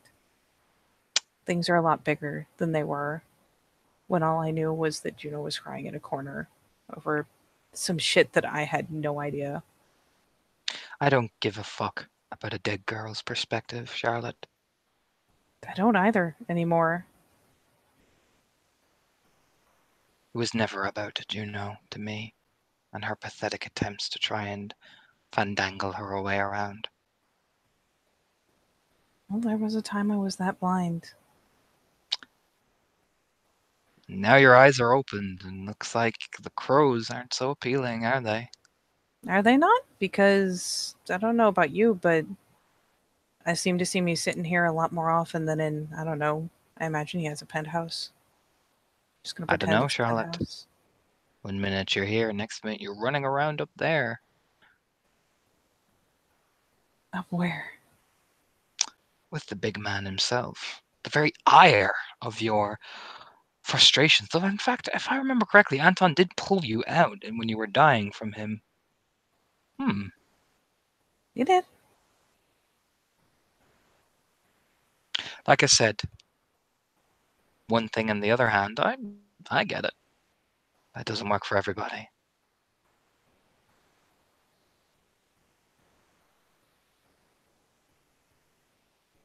Don't assume I'm playing you. I'm not that stupid. I assume everybody's playing me one way or the other. Alice wants what she wants. That new guy will want what he wants. You want what you want. That's the way of it all. Everyone doesn't like to admit that about the nation, but it is. Of course we do. But I've I'm not had nearly you. stupid enough to try to play you. I don't think you're consciously aware that you are.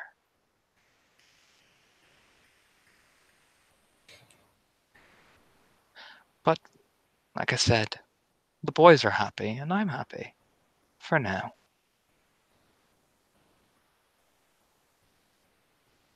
But just remember who took your hand when you were crying out for it most. I It wasn't remember. Alice. It wasn't Juno. It was No, it us. wasn't. Don't forget that. I haven't. I won't. Good. Because we don't.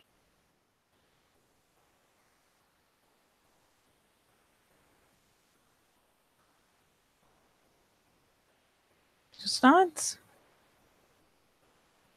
Like I said, never a lot of you are ready. We're always here. It's more for you. If you want to see us, you'll see us. I'm not chasing you. I don't expect you to. Then stop telling me how ready I am.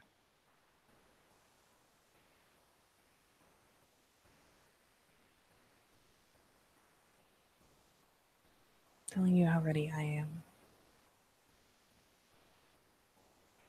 Denny used to say the same thing to me, you know. Broad kind of quirks. I'm ready. And if you guys are ready, let me know.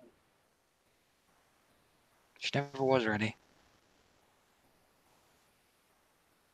Well then, let me go do this for you, and then come back by. Smirking. We'll see.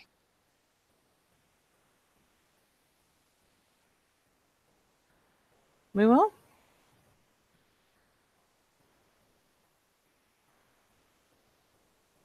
They just, unless you say anything, he just watches you. Did I get the details from Alice?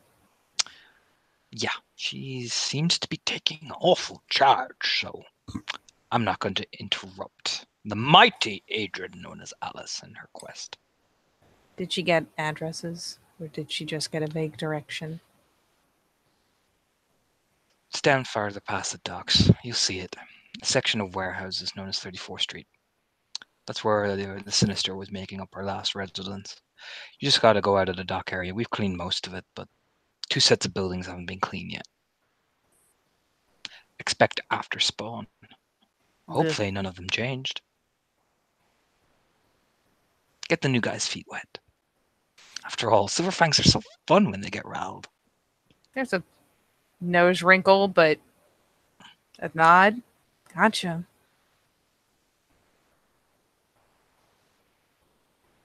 China Well, have fun. Ugh. Yeah, she goes ahead and hops up out of the booth, slides out, takes a drink with her. Does a little finger wave, like, bye.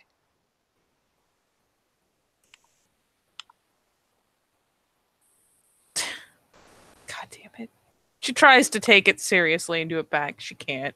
She can't fucking keep that up. Undergrowth doing that gesture is just too weird. But yeah, she'll do the little you guys tiptoe. going? Oh, god damn it. And then, yeah, put her over. So, fun time? Yeah. Alice will get up from her cheesy fries. More You need any employee. gear, new guy?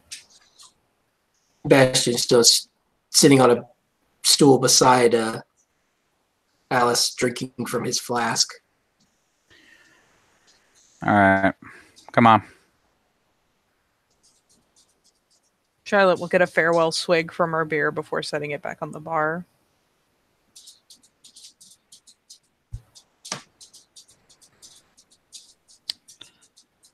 And yeah, I got an extra knife under the seat.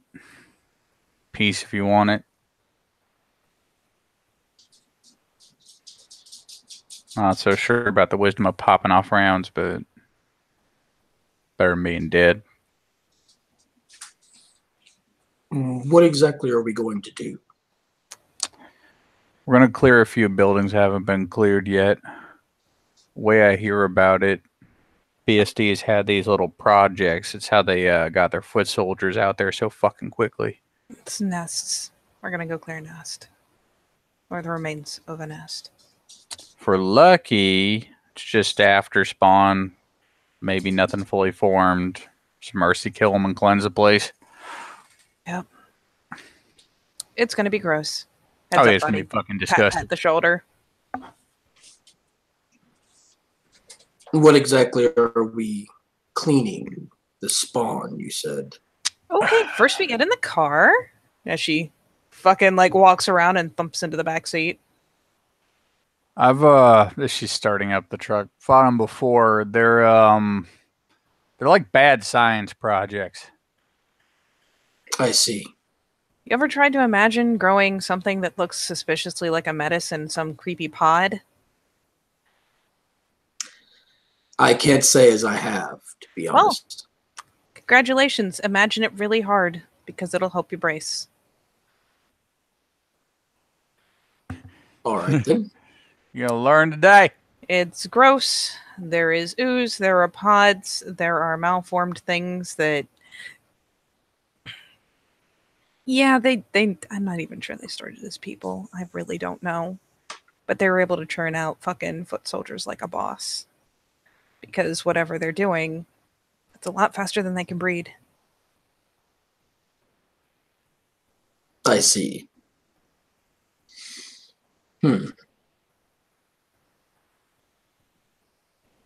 So, most likely, we're going to get our hands dirty, clawing open whatever is left there, and then cleansing the shit out of it. Speaking of which, it ain't that far away. I think we're coming up on them now. He'll nod and he'll be like, as far as the cleansing portion, I do have that knowledge. Oh, thank God. Awesome. He said, if for whatever reason the cleansing fails, we're allowed to torch it, just not to light up the whole block. Let's not risk setting the city on fire if we can help it. Glancing over. I will do my best. Okay. Which one do you want? The one on the left first, the one on the right? We're gonna go in both. Let's just go for the one closest to the docks first and work our way out. Okay. Seems to be the nature of it. And fucking gifts are gonna start firing off. It's a matter of course.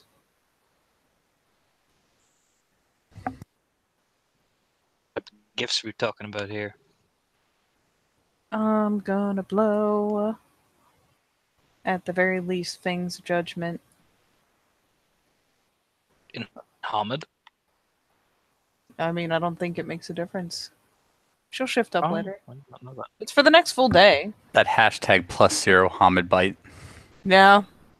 I mean, it's your natural weaponry. Do 2 extra dice of damage. I don't plan to bite anyone in Hamid, but, you know, in a pinch, she can shift up after it's active.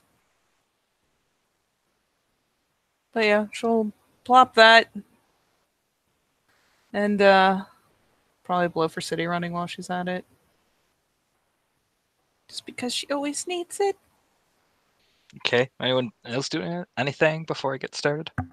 I'll blow resist pain just for the fuck of it for now. Okay. Give me perception alertness real quickly. Let's start this off with that. And as they're scoping, she'll lean over and let us know if you hear any fucking voices in your head. These guys, if they are in the neighborhood, are assholes. He will look at her like she's got 3 heads suddenly, and we're just kind of like, of course. There's definitely something weird about how he says that.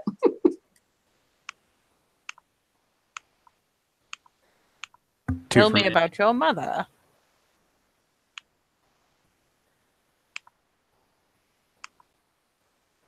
Okay. So how many success we're talking? 2 and At least 5, maybe 6, if a 10 of pops. okay. it's that eerie silence that usually accompanies everything. There are the odd, like, daytime, evening time sounds of, like, pitter-pattering of maybe water droplets, but again, I think the air itself seems dead and heavy.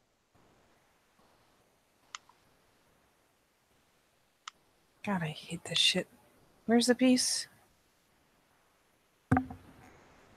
It's should be under the passenger seat, just to the right of you. Yeah, she will reach up under the seat before clambering out.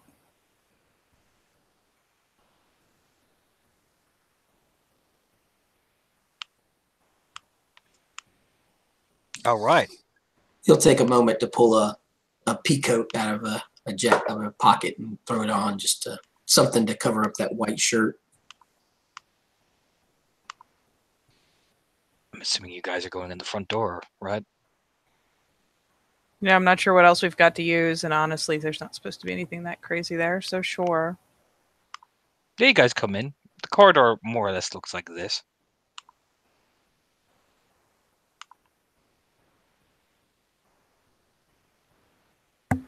Alice clicks the flashlight. She herself has a knife. It kind of illuminates again. The walls themselves are cracked and almost disjointed. All right, y'all know the drill, bit by bit. Are we likely to run into cameras in here? Nah, they got their own scares about cameras and shit, same as us. Yeah, there's a glance around. Most likely not if they have science experiments in here, but I'll see what I can tap into if I see anything that looks alive. He'll nod and slowly take his time and shift to Glabro unless you want me to roll. Nah, you can take your time. Okay.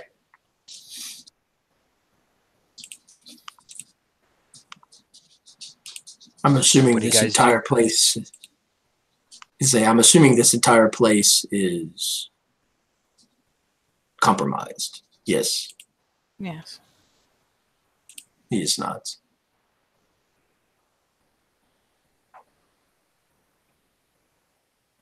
And yeah, she'll be keeping an eye out for anything that looks like potentially live electronics or wires.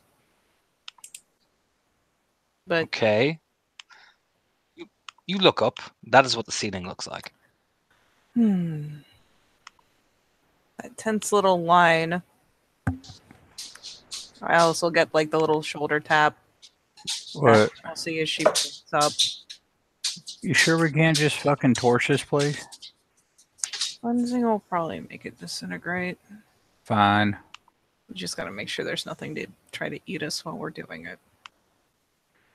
Well, room by room it is. Yeah, she'll just eyeball the ceiling real good to see if there's anything that looks even roughly like it could be a pod. Nope. Anything that looks almost decayed and arid. Ugh. Quite a pungent smell. Lovely.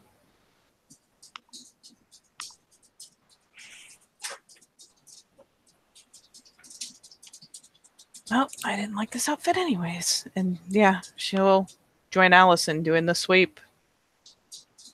Keeping a weather eye on the ceiling to see if anything starts moving around or getting wonky. So you start moving around. You come to the first room. It's like an empty corridor. You turn.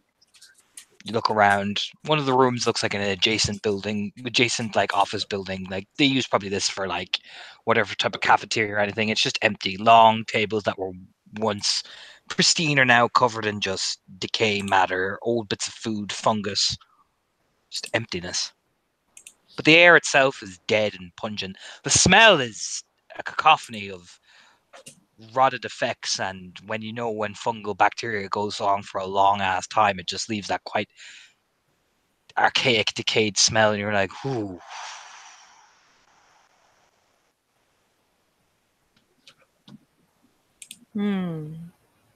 Fragrant. But as you walk down the mess hall, the first thing you see is this splayed out in the center of it. Nope. I'm doing it now.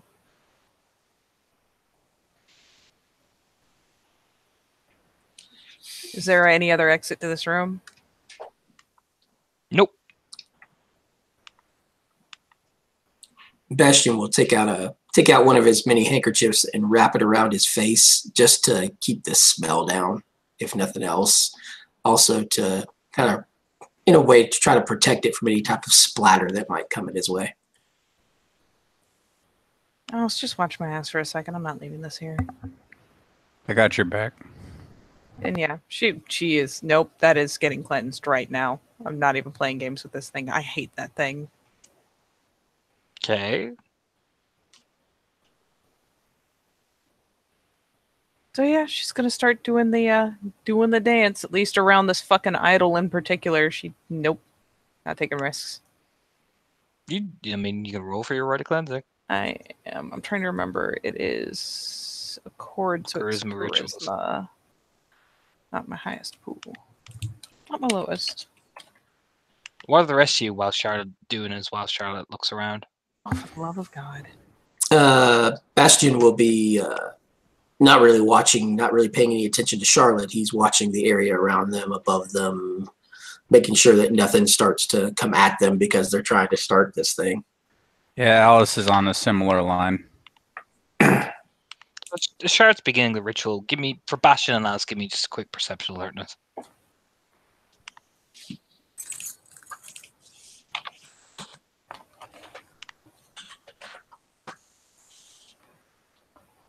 Three if it's normal diff.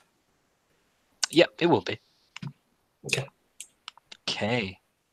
So Bastion will see, as he turns, raising, looking around, back at the room you came, you just see this kind of figure just walking by, and it locks eyes with you for a second and then just down the corridor. Bastion just says, as he sees this thing, he'll kind of duck slightly, like, that, oh shit, I see something, and we'll just say, contact, rear. You back, buddy? Yeah. Okay, Okay. there you go. As Bastion sights something behind you, he will kind of duck a little bit and say, contact, rear.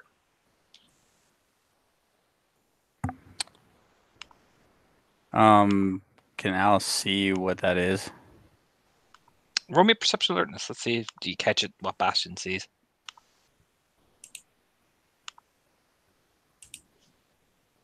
It's just one.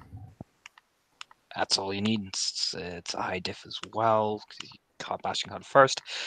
You see the flex of this kind of face as it's skirting down one of the corridors and just around the corner. Then you just see the flex of this maud face. Oh, time to get big and fluffy.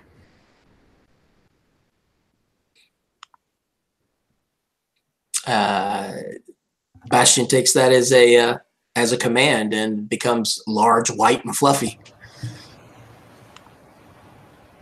He'll also, as soon as he gets large, white, and fluffy, he'll wait. Never mind. He's all good. Charlotte, your Rite Cleansing doesn't happen, essentially. Yeah, she starts kind of cussing. What's up? We got movement. Something ugly. All right, let's fucking get it. Jesus, fuck. All right. Just runs the hand back through her hair, and then finally, yeah, she'll hit Krynos too, glancing back at the idol, but they really can't afford to have something swarming down on them. So you all take various war forms. Bastion hits Hispo, you two hit Krynos. Now, Bastion will hear the familiar, reassuring voice of his grandmother on the side of his head, reassuring him that this is the right thing. Yes.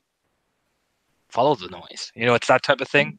Oh, yeah, he smiles kind of predatorily, and Hispo is definitely showing his teeth and becomes extremely aggressive in his mannerisms. Let's make sure we don't run into an ambush.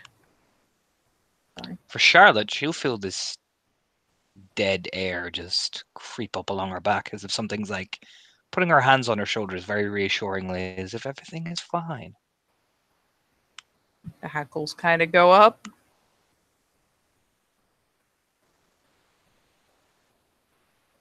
Take a glance back at the idol again. It's just an idol there, man.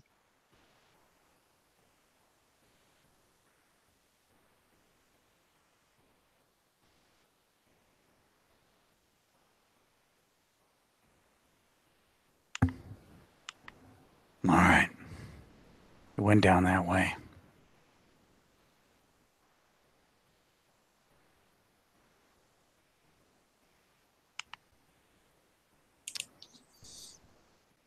Let's fucking get it. Whatever else is down there, let's just be careful we don't run into a fucking mob.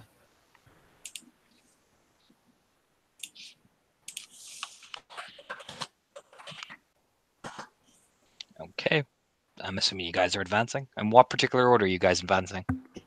Beef tank goes beef first. Okay. I would assume that Bastion would probably herd Charlotte into the middle. Yeah, she lets it happen. All right. So you guys assemble. Alice goes first. You look back down towards the empty corridor. You saw it going down the right side, down in the picture, down that long, long corridor into the dark.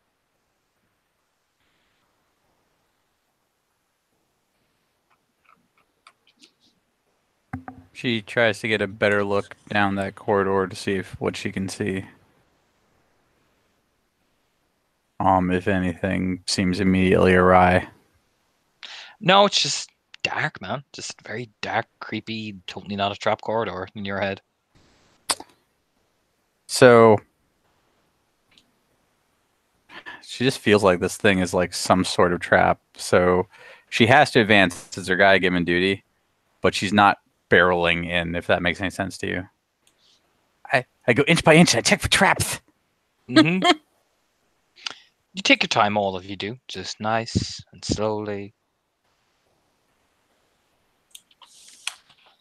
And give me, for Charlotte and Bastion, willpower rolls. Fuck me. Permanent, not current. Permanent, okay.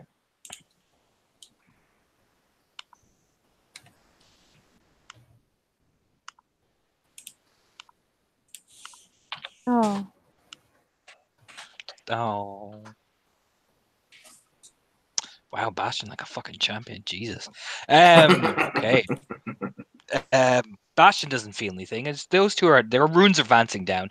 Again, Alice, for you, it is silent. And for Bastion as well. You feel like a little bit of a prickle, but again, you're hopped up on your own rage. You're like, yeah, I'm gonna fucking wipe the fuck out of this thing. Charlotte, however, buddy, pal, friend, you feel that hand that was so reassuring and so eerie, just almost whisper into your ear. These multitude of voices just say, they hear you, you know.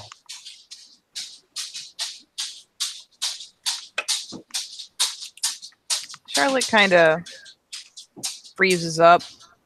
Like that, we've been doing the steady creep, and she kind of balks for a second, glancing over her shoulder.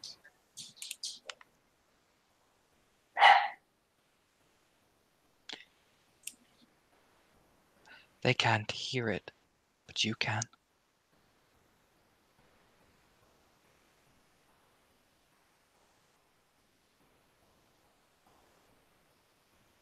The ears kind of twitch back.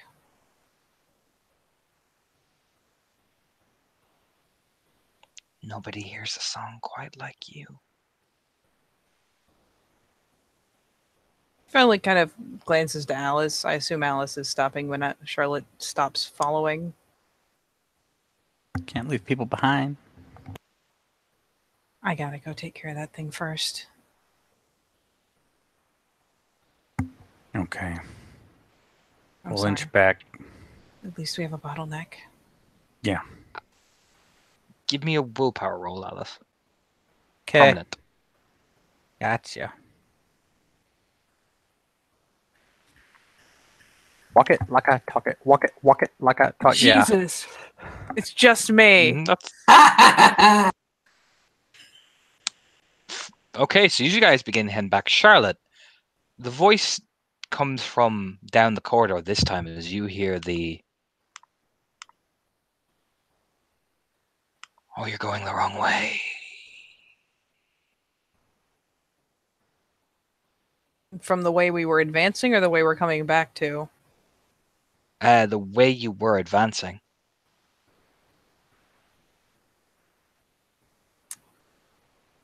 You know what? I'm paranoid. So it's back as we turned around. Yep. I'm paranoid enough to do it. Alice ain't turning her back on that shit. Charlotte is going to, out of sheer fucking paranoia, because she's not trusting the heat sense anymore, is going to spend a gnosis, and she's gonna pop what? fucking cyber senses and go for night vision. It's an empty corridor, bro. You just hear the voice echo down and you're going the wrong way. Charlotte is now a lot fluffier than she was a moment ago, and continues the back pedal, like the careful watching either direction as they head back towards the door, like, nah, The song is this way, if you want to clean it. After all, gotta trust your instincts.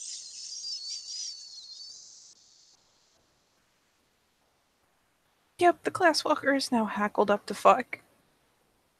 And does not believe the nice man talking in her head, even a little.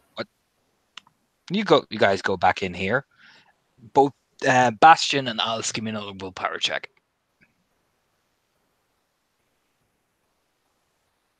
Permanent again, so that's all I need. Ooh. Decent. All right, just by one.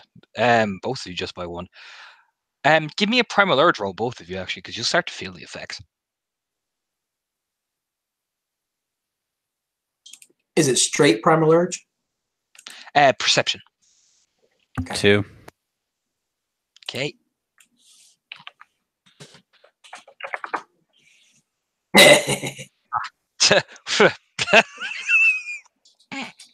That's a good one. Alice is like, you can definitely feel like something is in the direction you're. It's actually not coming from the shrine, which is a hilarious bit. For Bastion, double botching. Nothing's happening here. These people are fucking stupid, man. You're plow on, man. You don't feel fucking anything. Whatever you say, Grandma. Yeah, pretty much. She's like, don't worry about it. You move down the corridor. Leave these whelps behind.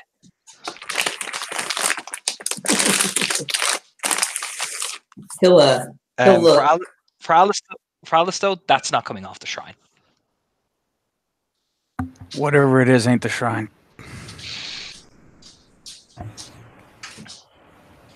I think one of them's close by. You want to call it in? Yeah, sometimes these shrines, they do things. I don't want to take a risk. And I don't want to call them in if we don't need them yet. All right. Rattle the cage. She gonna try to rattle this cage. Try real good. What is Bastion doing while Charlotte attempts to cleanse?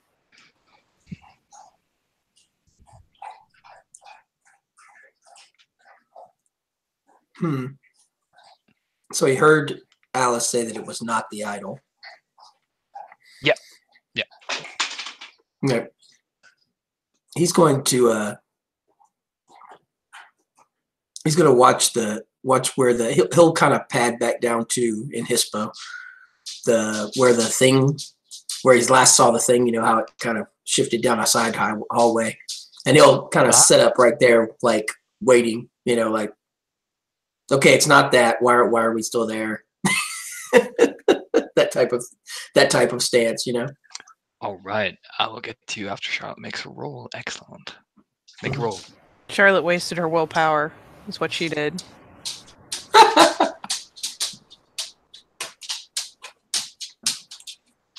All right, you cleanse. The dead air resides. The shrine doesn't react. It kind of jitters a bit, like as if it's rocked by a wind. But that dead air, it seems almost to strengthen. And in a fit of admitted annoyance and temper, they already know they're down here. Something already saw them. Something's already in her head. So she's just going to pick up one of these chairs in the cafeteria so she's not touching the thing directly and smack it over. Because fuck it. Hey, buddy. Oh, you want to do that? Okay. I do want to do that. You hit the shrine. Lose 2 willpower points. Oh! And I regret the Charlotte, decisions I've made. I For the regret them night. so much. for the night, you are now affected by the derangement of paranoia. Oh boy. So, you hit the shrine over, poof, over like a fucking heap of bones. What does that feel like? Like immediately losing 2 willpower. What the fuck? I'm about to narrate for you. I'm sorry. So it heaps over like a pile of bones. As Bastion, you're creeping over, like, why the fuck are these fucking imbeciles looking over at this? And you creep over and you see what you're gonna see. This. And he looks at you oddly for a split second. His mouth opens, but there's nothing but silence. Charlotte. When you do that, there's like a flash, like poof, and Jenny's face, distorted and bloodied, opens her maw and just screeches at you right in your face. You kind of blink, and you just feel suddenly not sore, wired, as if something has just triggered a part of you, as if, how did they know that Jenny would be the one you'd see? How did they know you're here? You know what I mean? All these voices start talking to you at the same time. And each of one of them is coming up with theories that you now know make sense. Because it's perfect. You were set up here. Undergrowth set you the fuck up. He knew they were here. He knew he was talking about Jenny. Why that? You know what I mean? All these theories, conjectures, they all start to make sense. Like, feel free to include your own, but each little aspect makes perfect sense to you now. As if you've uncovered it all in one gigantic conspiracy. This totally won't ruin my shit later. Oh god. Yeah. Yeah, I'm not gonna lie. She topples the thing over in a fit of kind of temper. Mm-hmm. Ironically, she's careful enough not to like touch it with her bare hands. Not that helped. And as the thing clatters to the floor, I mean, I don't know. I know what Bastion is looking out into the hall. If Alice is looking back, she'll see the abrupt, like, Charlotte recoiled so sharply, and it's more of a gasp than even like a bark or a yipe. She just kind of like sucks in an abrupt breath in shock and topples back and literally lands on her ass, even in Krynos. Bastion, when he sees old beautiful over there, will spend a willpower for Lambient Flame and roar his challenge. Ooh, nice. This thing doesn't make a noise, but opens its mouth and clear like light. You know, you clearly like, that type of thing, but it doesn't make any noise. And you actually hear the scuttling sound. Alice, you'll hear it. Well, I'm not going to roll for it. You hear the scuttling sound of paws as this thing skirts, spending a rage to clear the distance down the corridor. Yeah, it's one of those unfortunate things where Alice has to look back at Charlotte and get back up and head over to the hallway just to fucking see nothing. What'd you see? Oh, did it run away? I thought you were saying it spent a rage to clear the distance coming towards me. No. When you blinded it, it fucking ran. As if the light itself, like, you stung it essentially. I got you. When Alice comes up, he's like, he will see. See, if it runs from him, I'm sorry, if it runs from him, he has to chase it. He's in the room. So when it spent rage to run, he spends rage to run. Bash your whole position. Oh, come on. So, Roby. All right. So I'm going to get you both to give me a Dex Athletics. I'll roll his. This is going to be hilarious. Charlotte, what are you doing, buddy, before this chase scene? Dex Athletics, yes. Standard diff. What are you doing, buddy, before I get to Alice and Bastion? I mean, honestly, all things considered, the default. Matter of fact, actually, feel free. Charlotte, I'm gonna put a pin in you. Do that. You do that. You stay right where you are, buddy. So Bastion and Alice, I need you to roll me Dex Athletics in your And there you respective forms. There you go. Oh, lovely, lovely. Hold on, Discord's being weird. There we go.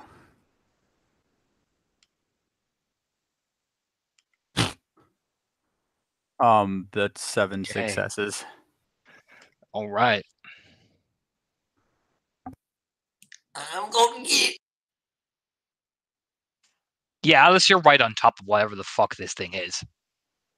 As you start, gaining ground on what looks, you pretty sure you're like, it's clearly the silence. It has to be the silence. You know what I mean? You're like padding and padding and padding. Bastion's coming up behind it. You know what I mean? Like she's So actually seen this guy on a battlefield before. She knows what he looks like. Yeah, you're pretty damn sure that's the silence. Pretty sure. Except he seems quite blurry to you, which is odd. That's fucking weird. It's fucking weird. But he's fucking weird, so the fuck's even out. So as you're gaining a good distance amount of ground, you turn another corridor and another corridor, and give me one more Dex Athletics roll. Okay. Okay. This one isn't nearly as good. I don't make any more ground. Okay, that's It wasn't fine. a botch, but Oh no, that is fine. And Bastion, okay, you've got a very even pace now because Bastion catches up to us. So you're gaining, and you realize you're cornering him. You're like, yes, we've got him. We fucking got him. And when he turns, it's like you watch, like literally the fur melts off, and you just see that staring at you again. But this odd kind of like he stops, you stop. There's this odd kind of head tilt. and that's when Alice realized she fucked up. This is a rough situation because like this thing's in front of her. It's obviously wormish. I'm sorry, but there's no Gaian thing on this planet that looks like that. Nope. So it is her religious duty to kill it. Yeah, Sebastian has none of these qualms. I mean, he is ready to latch onto its face and rip it into pieces. So yeah, he's ready to go whenever you are. All right. Give me that initiative. Okay.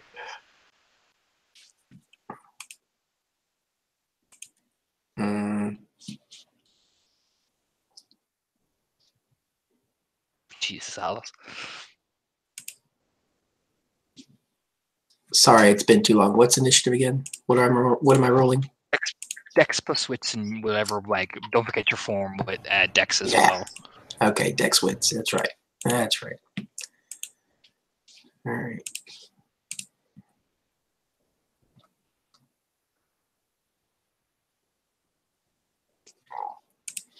All right.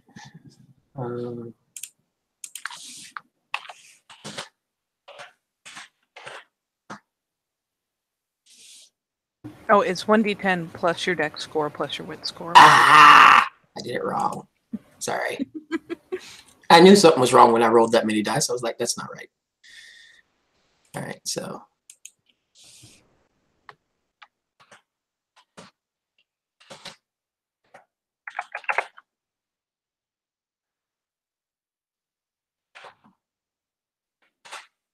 Oh, that's the baddies.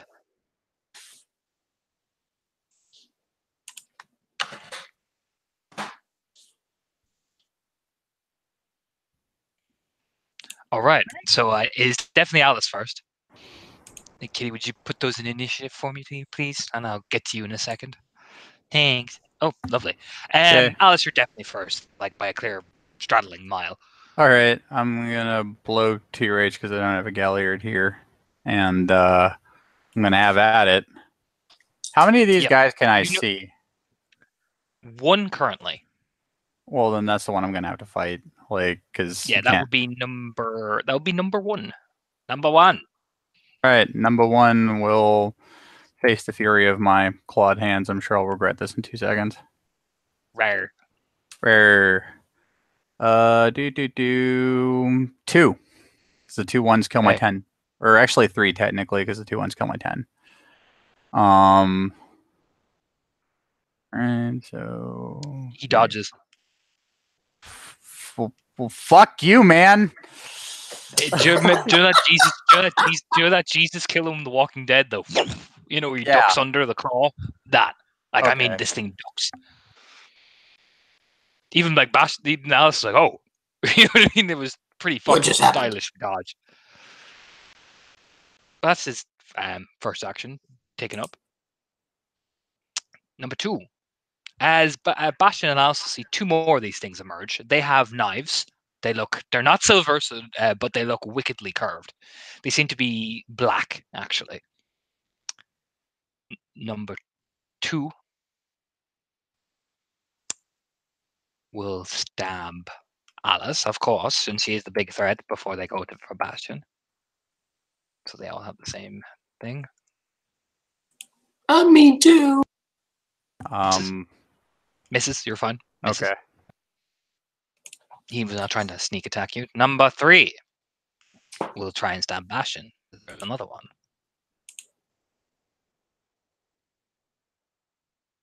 Oh, Jesus. 1, 2, 3, 4, 5. You can dodge this if you would like as well, Bastion, and still be able to spend rage.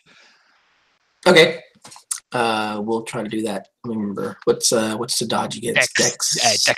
Dex athletics. Oh, well, that's not it. Great, but we'll roll it.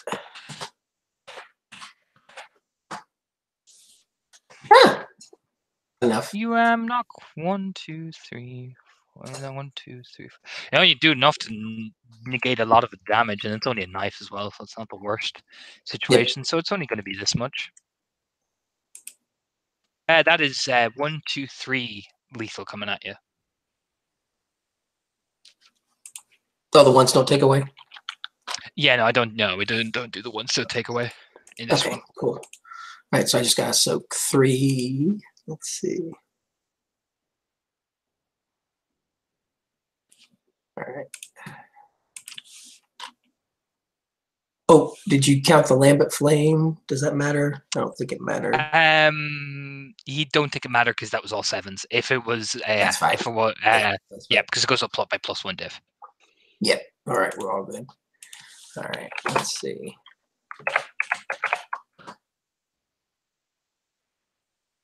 Soak. Wow, that was really good. Yeah, you soak all that. It nicks your flesh, but nothing. Number 1 spent his turn dodging. So Bastion, you're up, buddy. Okay. Bastion is probably going to regret this, as we said. He'll spend 2 rage. 1 will activate Rhythm of War. Ooh. So he can't be knocked down or stunned. And he'll bite. Go for it, yep. Yeah. So let's see. Yeah, that.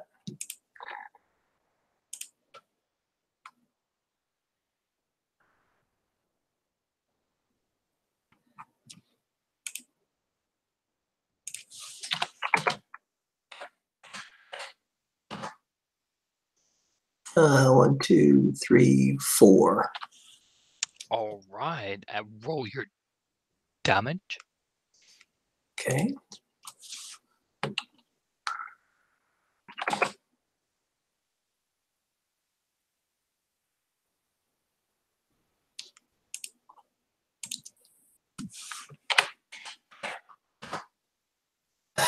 Two. Thank goodness the ones don't take away. So they don't have the greatest stamina. They're mainly built for speed. Soaks it though, however. If you get a decent bite, it kind of flex into the robe. That was really good stamina roll. that was an amazing stamina roll. I know. But yes. Yeah, they kind of nicks along the flesh of the robe as you feel dead skin in your mouth, but you're like, ugh. But Alice, first rage round.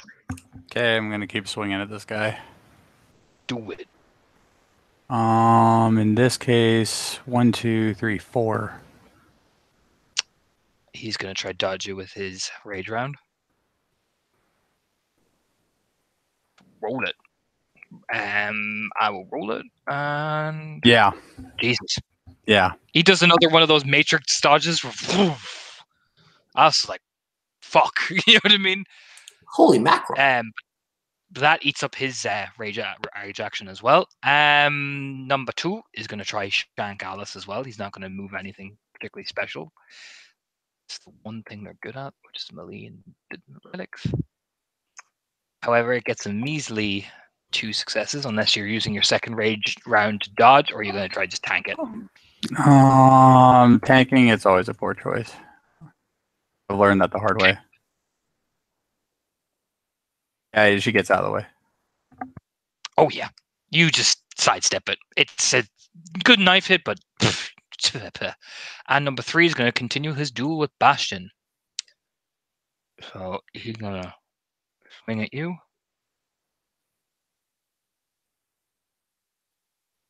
Wow. That's a lot. That's 1, 2, Ouch. 3, 4, 5, 6, 7.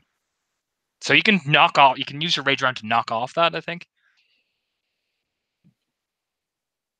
To knock off that, what do you mean? Knock off the amount of successes he has with your athletics. To dodge. Oh, dodge. Okay, I thought you was like okay. I understand what you're saying. I got you. All right, let me roll here.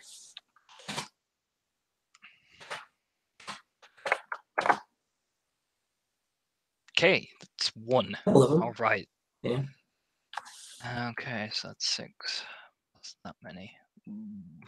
Thankfully, these things are not built for pure fucking awesome strength.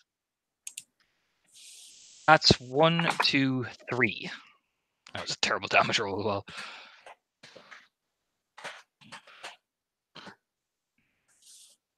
Take 1. Yeah, you get a nick on the side. Okay. It's a bit of lethal. 1 lethal. It's like Grr. Okay.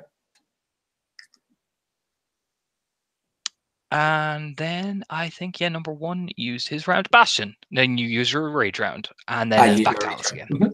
Yes, sir. Let's see here. No, because I blew my first rage round swing aim, my second one dodging. Okay. These can't spend any more rage. I think Bastion used his rage for something else. So it is back to the top of the round. Alice. Okay, I'll blow another 2 and take another swing at this guy who's been just the most frustrating fucking dude. And I fail, so he doesn't even have to dodge. Nope, he misses. This thing is going to take a stab at Alice again. Oh, I rolled wrong. Evanescence. He does a terrible damage roll. Fuck me. I think he misses too. Oh, so yeah. wow. Okay. So nothing. Yeah. Wow. So it's a lot of whiffing from side to side. You roll stam defeat. Yes, your current stam. I'll let you roll that as well since it was the top of the round. That'll be nice. Holy shit! This group is just.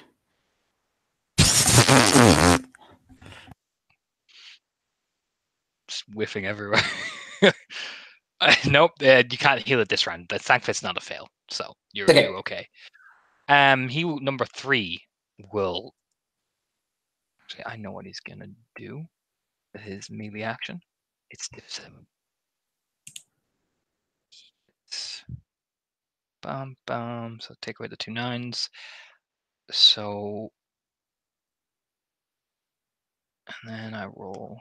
You can try to dodge this as well. Which one of us is having it thrown at them? Number 3 is going for JC. Okay. So dodging. Nope. Oh Jesus, no! Oh Lord, no. Okay. Nope. No. So it is this. That's 2 lethal, and if you don't soak this, then this will apply anyway on top of your damage. Nope. Okay, you soak it.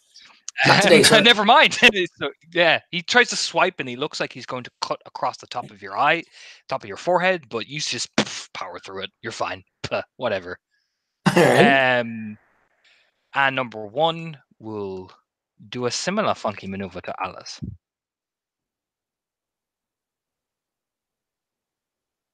Wow. 1, 2, 3, 4, 5, 6 Can successes. I elect to try to dodge this? Yes, you can, because you spent rage. Okay. I knocked 3 off. Okay. There's that many. Oh, Discord, stop.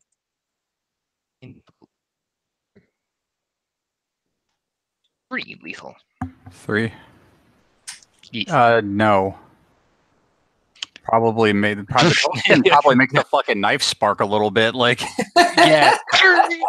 Makes that twing noise. And his Bastion.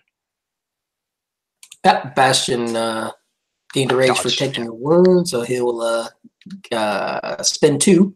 One will have been eaten by the dodge. Fine. Use one of your rage actions to dodge. Okay. Yeah. Fuck it up. I'll let you attack. Do it. Okay. He bitey. Rawr, I think.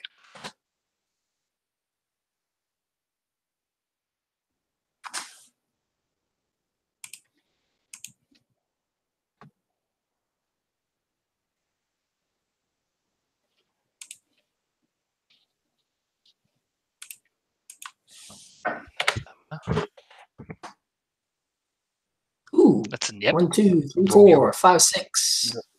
Roll your damage.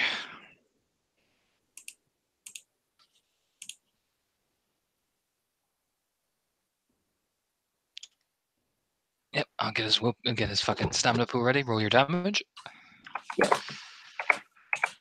I don't have all my pools memorized yet, so I'm still working on it. Ooh. Ooh, nicely done. So you do 3 ag to him. Yep.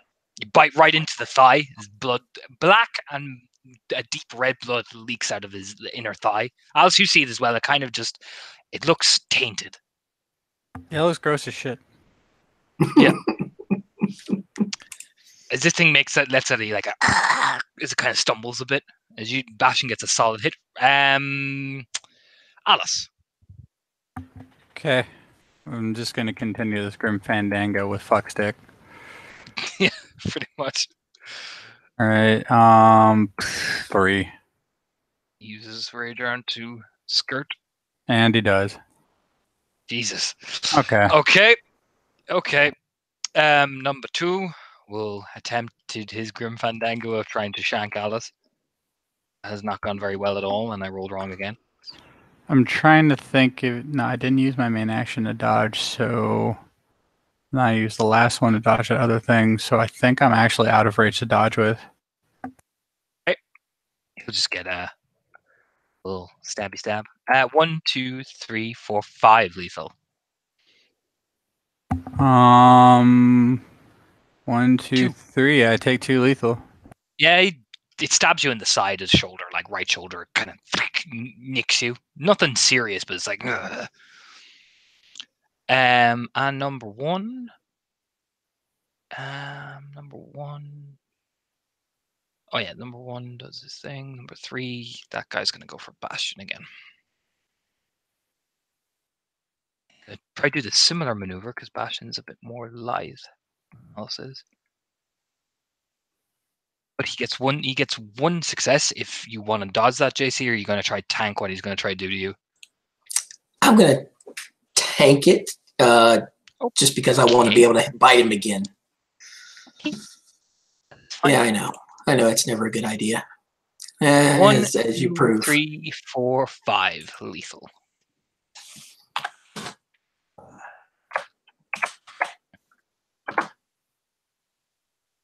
You take 1. So I took you 4. on 4. You also have a +1 difficulty to hit him as he cuts the top of your face and blood leaks down into your eyes, kind of temporarily blinding you for a bit. Okay. And it is your rage round. All right. I have 1 raged attack left, so I will keep biting him. Keep gnawing on him. It's diff 6 now instead of diff 5. Gotcha. It's back to standard.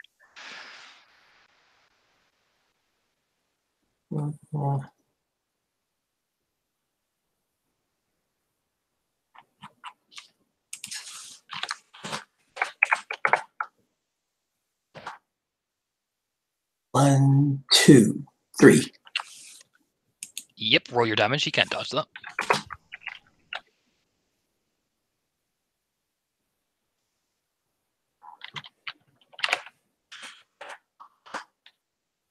One, 2, 3, 4.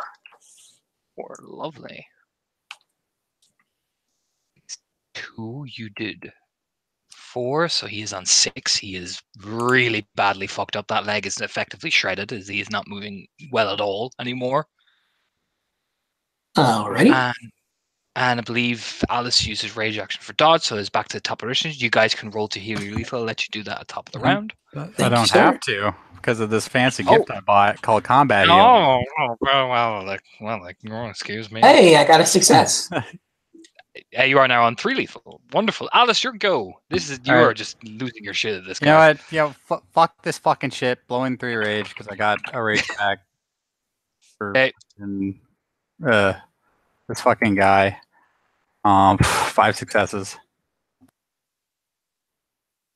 You finally get him. You finally get him. Knock 1 off. All right, You cool. finally get him. 1, 2, 3, 4, 5, 6. Right, I'll roll this pathetic stamina. He soaks 3 of it, to be fair of them, so you do 3 ag.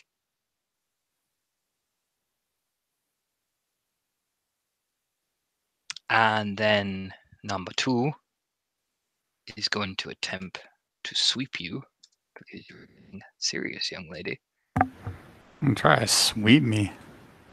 1 success to do that. You know what? I'm not gonna let him fuck with my turn economy in that fashion. All right, I'm gonna try to dodge it. Okay. He only gets 1. You gotta make Yeah, 1. you know what? Yeah, Yeah, fucking yeah, there you double go. dutch his ass.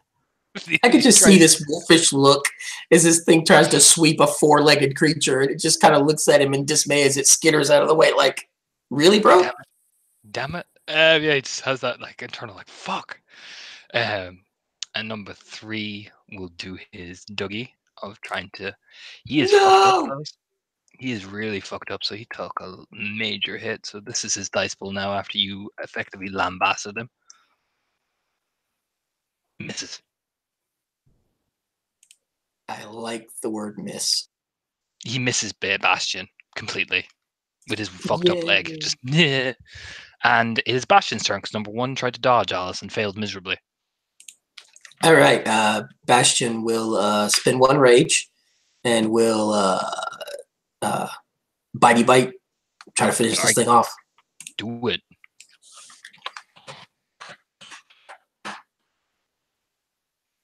One success. Yep, One's one's all enough. you need. Yep, Yep. exactly. Roll your damage. None. Oh, How that's pathetic sad. is that? How pathetic is That's that? sad. That's sad. But yeah, so he'll take his. He won't do anything. Alice, your go. Your turn economy is safe. I swear, I'm going for him. Mm-hmm. Oh my fucking god, 2. He will try and get out of the way with his rage action because Alice hurt him. He no like you. He does.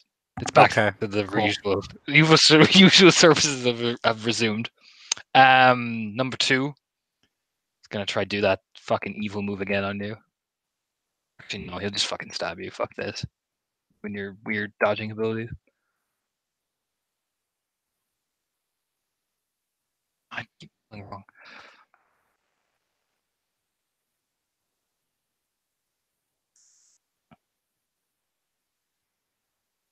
I think he actually misses you. Yeah, he does. Yeah, he misses you too. That is a ton of work. Okay. This is the most daftest combat, just fucking flailing everywhere. Oh boy. So this is what. So yeah, he keeps missing as the Benny Hill theme seems to just play in an ever-lining loop. Number 1 is gonna try roll his pathetic fucking dice pool at you. Which one of us? Bastion. Number 3 is hitting Bastion all the time. Oh, you He said misses 1. as well. Okay. Oh no, Yes! number 3. He misses too. I just get this. He's just kind of weakly, just kind of. That's pretty much what's happening. It is Bastion's turn because number 1 tried to dodge Alice. All right, so my rage action. Yep. Okay, here we go.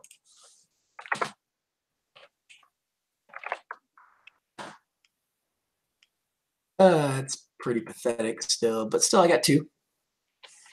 Yep, roll your damage.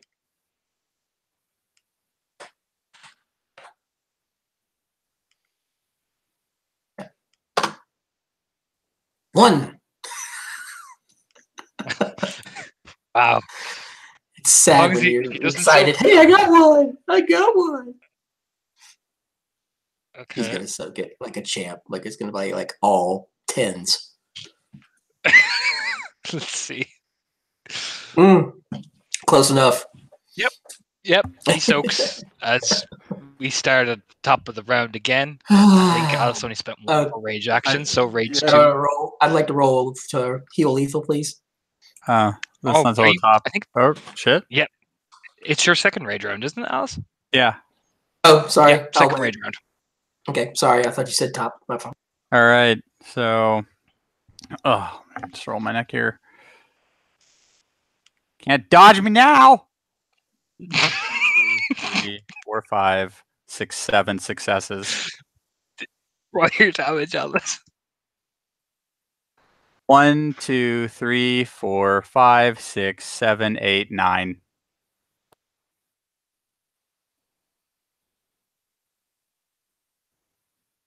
Yeah, how'd you kill him? She slaps his fucking head clean off. Poof. Tries one of those little fancy dodges, miscalculates. Alice just lambasts him as he explodes into blood. They can't spend any more rage. Bastion spent 1 rage, and Alice, you used your 3rd rage round to dodge. Yes. Top of the round, you can heal your lethal. All right. Hey, I got a success. All right, so I'm down to 2. All right. Okay, Alice. Rock'em sock'em robot time. Yeah. I'm just gonna fucking hit this guy. 1. Oh my god. God damn it. Okay, I'll roll his dodge. We resume this fucking Benny Hill time themed. Yeah, Here we go. Yeah.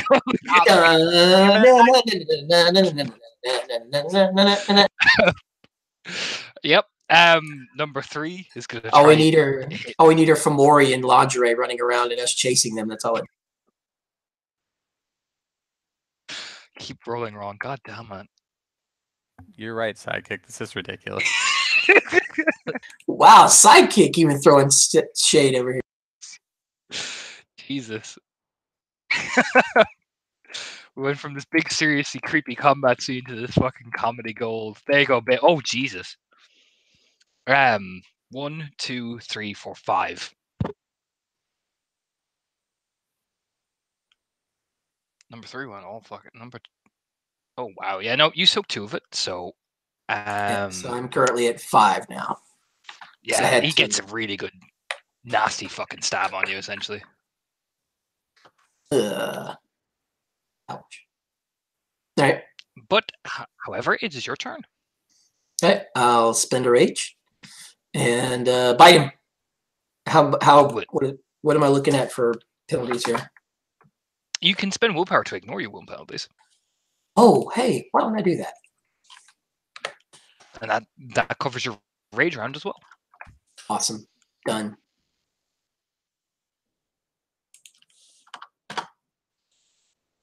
Uh, 2. No, 3. Okay, roll your 4. damage. 4. Yeah. Roll your damage. Oh Jesus! Oh, I'll take those. Oh,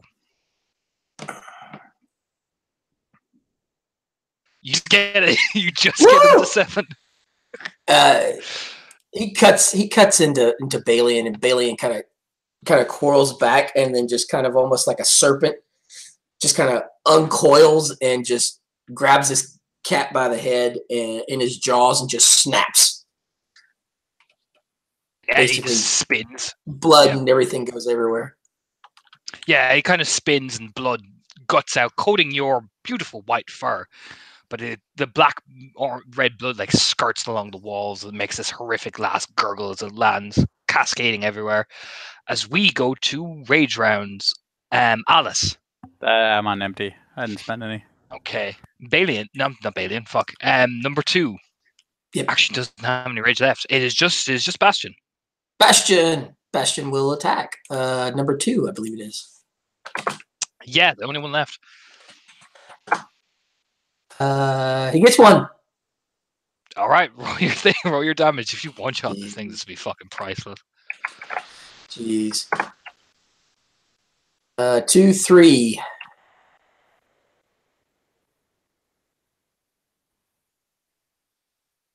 Yeah, you do 2 ag, bite him in the back. Yep. Kind of stumbles a bit. And did you spend 1 rage, 2 rage? I spent 1, sir. Oh, beautiful. Back to top of the round. You can heal your lethal. All right.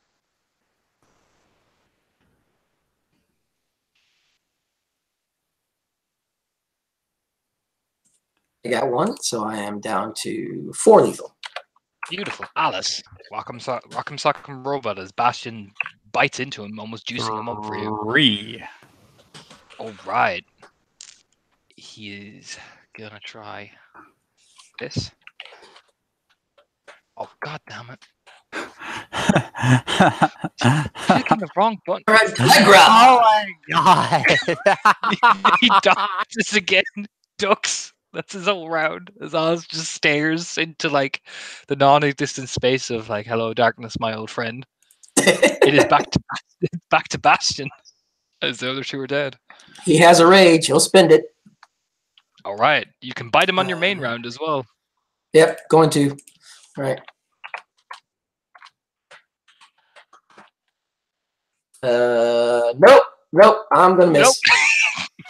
Okay. Alice didn't spend rage. He didn't spend rage. That magical dodge of Alice just, he's still stunned by it. I think you're the only one who spent rage, so yeah, you get to roll it again. Oh, hey! 1, 2, 3, there we 4, go. 5, 6. All right, roll your damage.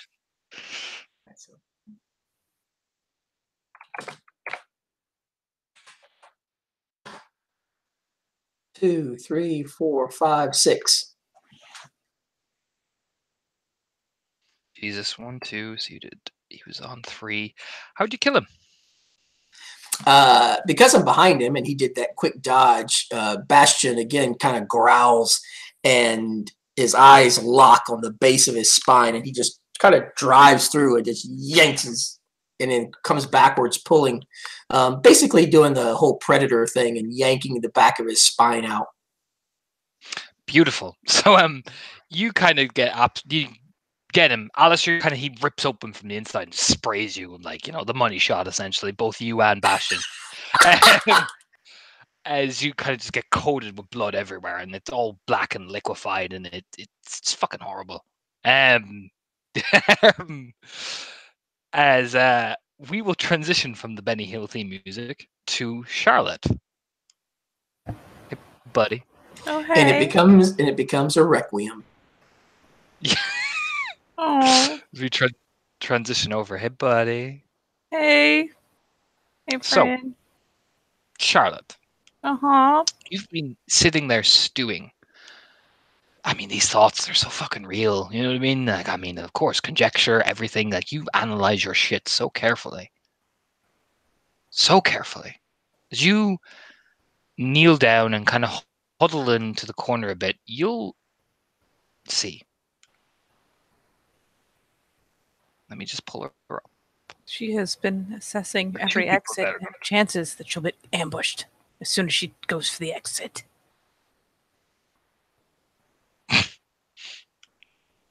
This. Step out of the shrine.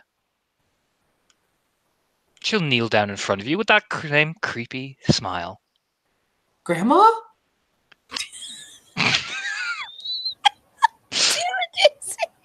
And she'll say very calmly and just say, Poor little Charlotte. They did lead you into such a trap here with me, after all. Didn't they? How close is she? Right up there. She even licks you with her tongue along the cheeks. Ooh. She's gonna probably not ironically not claw, but try to smack the muzzle away, reeling back. You do it. You feel when you touch the muzzle, you feel the hot, steamy breath, on you as well. There is that half So second. real. Yeah, the eyes go really big when she feels herself make contact. She leans over and says, "Because after all, Charlotte,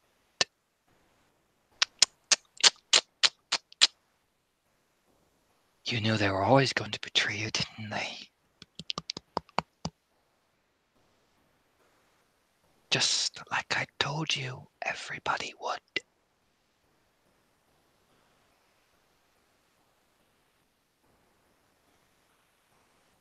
It's gotta be ironic to see her do it in Krynos, but yeah, she squirms deeper into the corner. Just kind of shakes her head. And Get away from from behind Sinister, she peers out of an apparition. Kneel down beside you and just say in the cold, dead voice with your exact same eyes, "After all, it's very convenient they're all here, leaving you on your own with us. Isn't it?"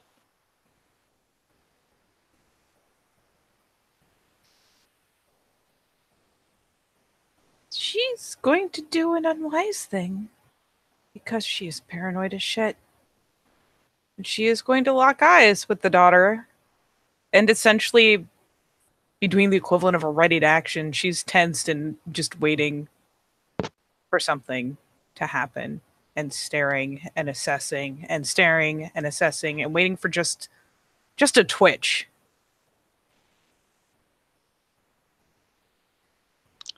After all, they always abandon you, don't they? They always want something from you.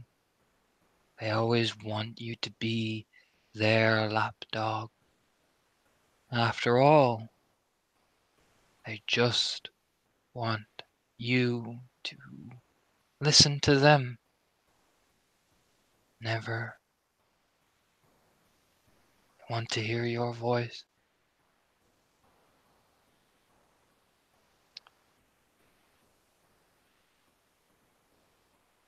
You want to talk? You want to wear me? I am you. Not me.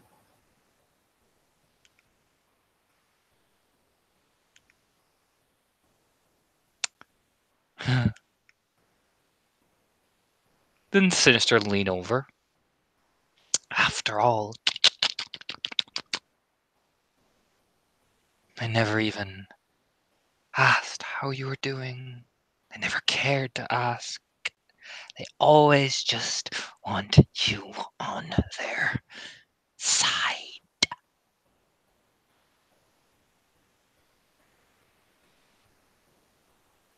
They couldn't stop what happened to Felix. You're just a means to an end to them. The attention flicks rapidly over because now Felix's name has come into the mix. They also couldn't save. And from behind the daughter, again as if appearing out of an apparition,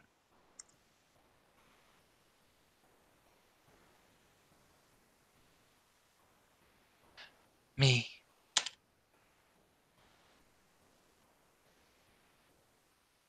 And that's about where Charlotte finally takes an action. And the irony is that she doesn't necessarily disagree with everything they're saying. It hurts. But this is another kind of hot button. And so the second that face even starts to loom up, she actually kind of... It's not full bore. She doesn't have enough rage to go full bore. But she does lunge out and, like, swipe at the Sinister's face and just kind of... It's a broken just scream. Lied. You smack the Sinister, and the Sinister's apparition whirls and spins and whirls and whirls. She rolls onto the floor. Where are they now?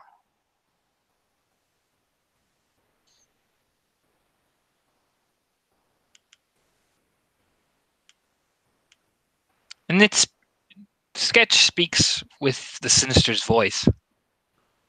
How come Daddy hasn't talked to you yet? She, like, no shit, like, throws herself. Like, I don't know if she can get out of this corner, but at this point she will shove one of them out of the way, just trying to get away from that. You Just do, and you recoiling in run. horror. Run. She doesn't go far. She just mean- kind of wants to get, like, any space. You land, kind of hitting against the wall, and the Forgotten is there beside you.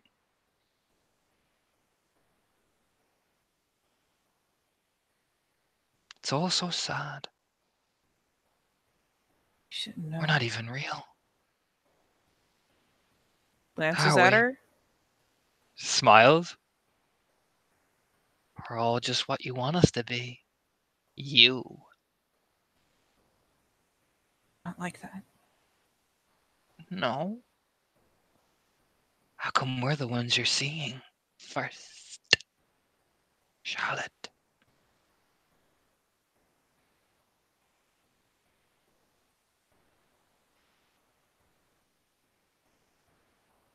Again, it's a strange gesture to make in Krynos. She reaches out, kind of tentatively, to try to touch the face. You feel skin. The massive paw, like, yanks back. Oh, and that's what she makes that noise about. Oh. Striking at an anchor is never wise.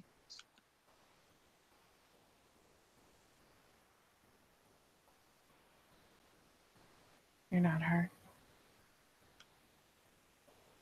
No. I'm you. Deepest, darkest part of you. We're all you.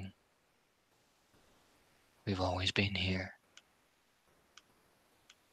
And we'll never leave. We're in everyone.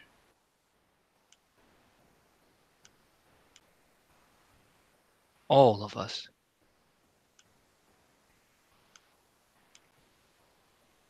Now that you've seen us.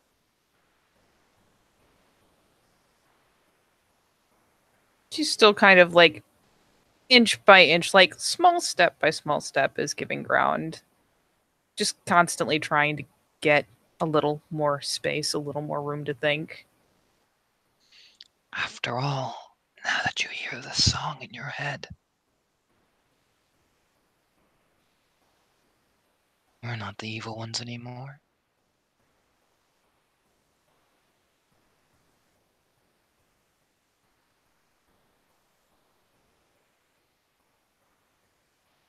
You are.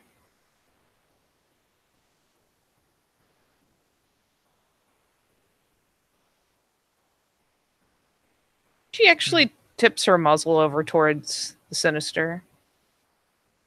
It's all you.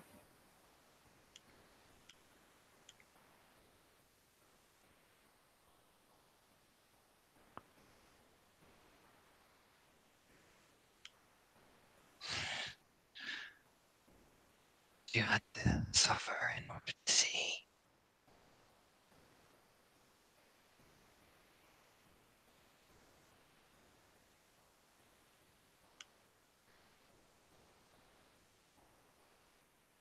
You scarred him. And you killed her. You killed her, not me. I didn't kill her. You lied.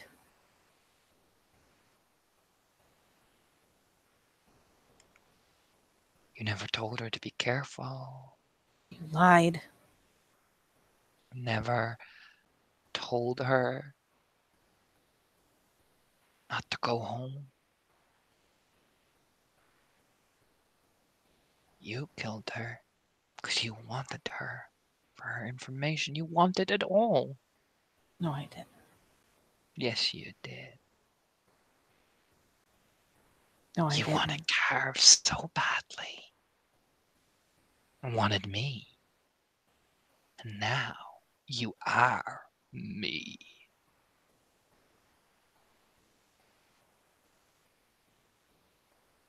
I'm not. To walk up behind you, like bump, bump, bump, bump, bump, bump. She's just constantly trying to move away from them. She doesn't want them to touch her. Now that she knows they can, she doesn't want them to touch her. She's The not daughter confident and enough to lash out, but the daughter of Fagard take both of your arms. You feel them. Bam, bam. I think, like, to all appearance, are they in Hamid? Yes. And they grab her big ass arms. Yeah, with a grip that is terrifyingly tight.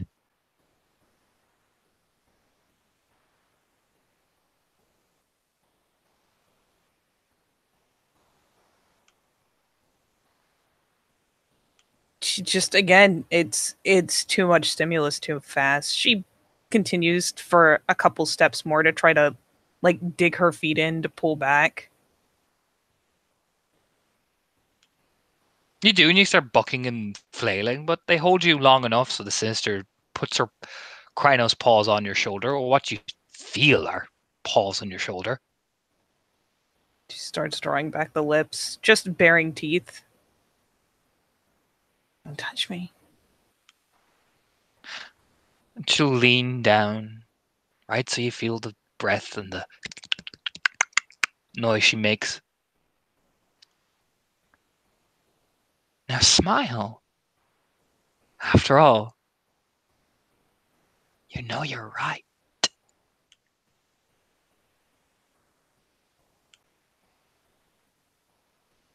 She is putting on the most intense, like, fear threat display humanly possible. I mean, the lips are drawn back. That ain't a smile, but they're drawn back. There's as much teeth as she can possibly put out in one go. And she turns that creepy with the back of your head, and you feel like you're wrenching and snarling and snapping, so you look at the shrine. And then silence.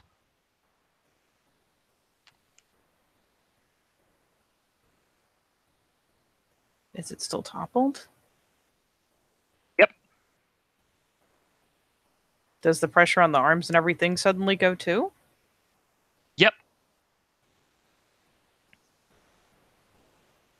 I feel like she kind of falls just because she was bearing back, leaning against it. Like, she looks over, everything goes quiet, and suddenly she just kind of drops.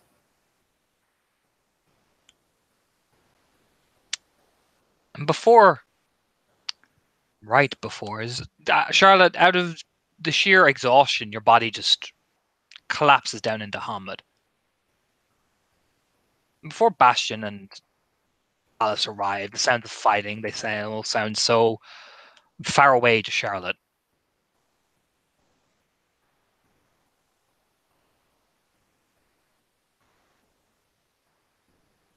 She takes a step out of the broken shadows of the shrine and reaches down and lifts Charlotte's Hamid face up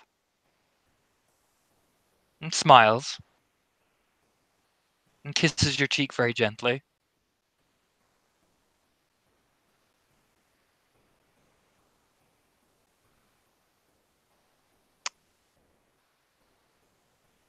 After all, it's you we've been waiting for. For when the Harbinger comes, even the worm must rile against it. She licks your lip and goes into your ear. She's And then- just curling up, like trying to recoil a little bit. But yeah, at this point, I imagine she's just trying to curl up and leaking tears. And she whispers into your ear. We've only just started, Charlotte. Only just started.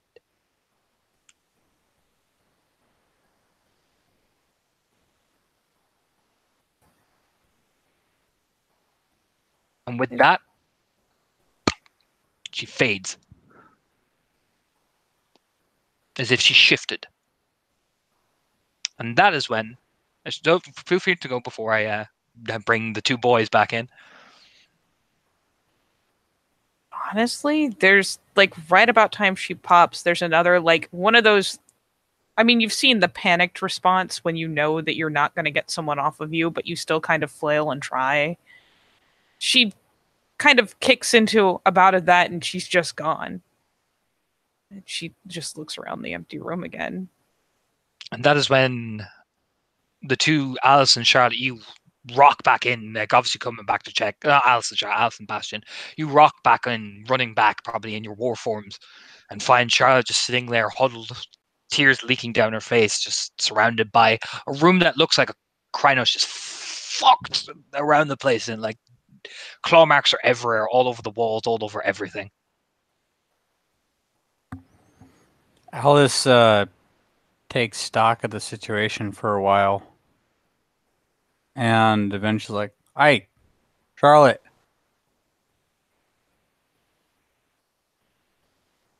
Just kind of shakes her head, puts it down in her hands. Charlotte. Bastion will come in and kind of take a station up at the door, kind of watching the door and them, kind of in one of that, I can see both out of the corner of my eye type situations. Not really wanting to get involved because it's not his pack. He's not sure if they are a pack, but it's not his pack. And so he's just trying to keep a respectful distance, but be there if Alice calls. Charlotte, I don't know what the fuck happened in here, but we gotta get up. I'm pretty sure we're close to the center of this thing.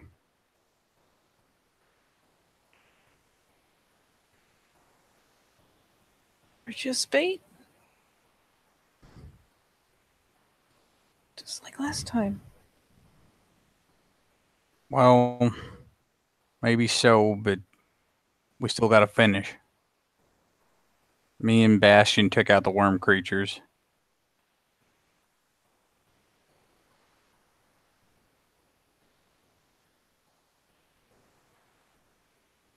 And then we got another building after this, so fucking... We gotta giddy up here, man.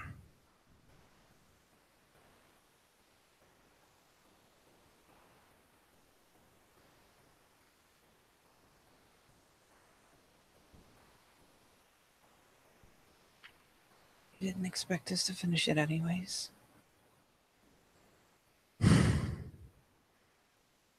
Still what we gotta do.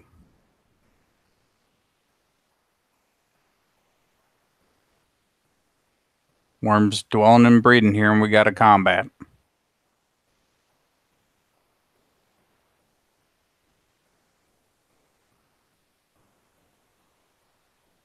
But I can't cleanse this place cleanly without you.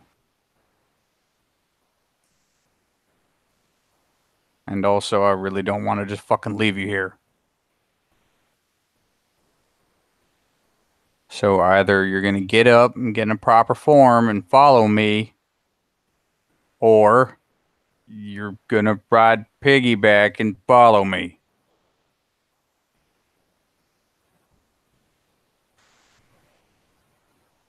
She finally starts kind of wiping her face, glancing over. Still just...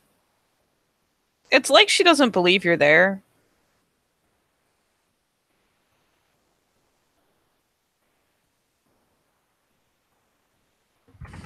Even real? far as I know. You been seeing shit again? There is. You know that choking noise that chicks make when it's like, I'm not crying? She makes that like hiccuping choke and nods. I think so. I don't know.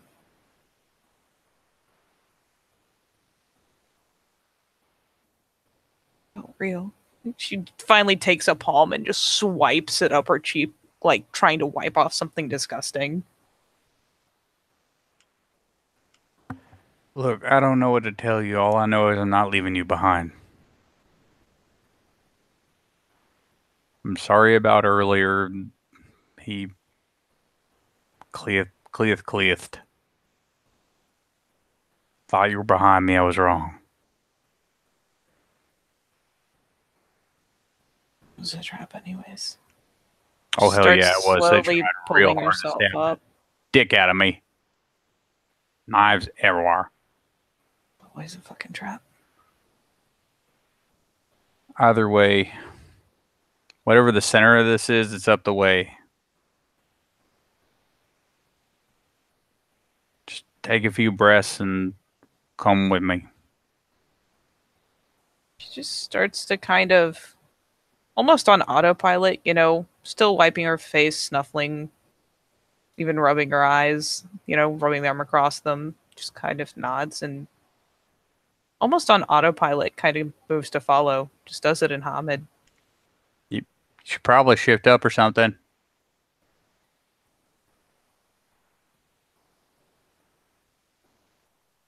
case we aren't done.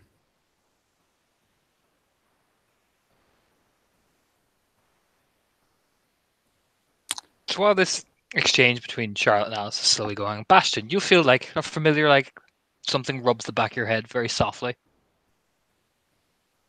A familiar touch that your grandma used to give. He's kind of you see his big hispo head just kind of go, and he's kind of looking at that what just touched the back of my head kind of motion. She'll say, these fools don't know how to act in front of others, do they? When he hears the voice, he stops all the jerking around and he just kind of, it's almost like he kind of he just kind of looks up. He thinks to himself, they're learning. So weak. It's no wonder everything is falling apart, isn't it?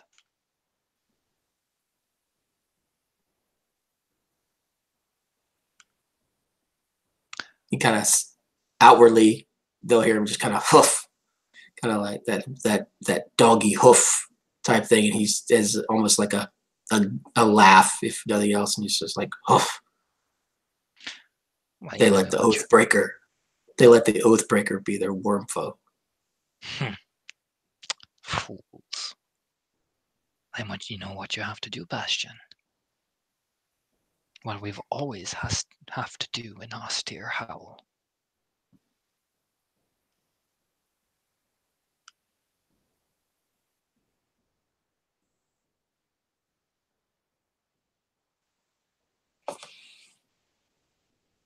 He kind of bristles a bit and his big hispo head just nods. Make sure they understand who you are and what you've sacrificed. Let the Oathbreaker make his mistakes and then you take it. Now lead these rabble. Show them who holds the reins. You may be the youngest, but your blood is far more powerful than all of them combined. You see him kind of, his hispo shoulders are kind of roll forward like he's like stiffening himself. And he'll just kind of say, Ryas, we need to go. Charlotte has been slowly coaxed, trying at least, to get back up to Krynos.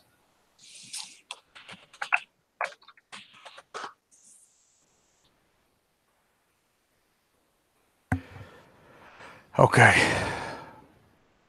Let's fucking finish this and finish up across the street and get the fuck out of here.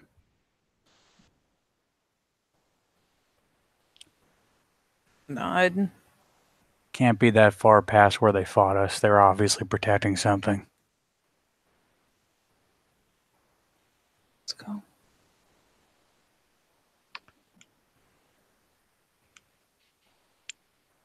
And you eventually pass through the center of the area, and you find another shrine, except it's more dripping with blood, and you find several discarded pods, as if they were clearing out. The things are already dead or dying. They look like they're just after birthing. And these are Metascuru that are not fully formed. They're just lying there. All right, this is the place to cleanse. Another light nod. More autopilot. Just steps over them as necessary.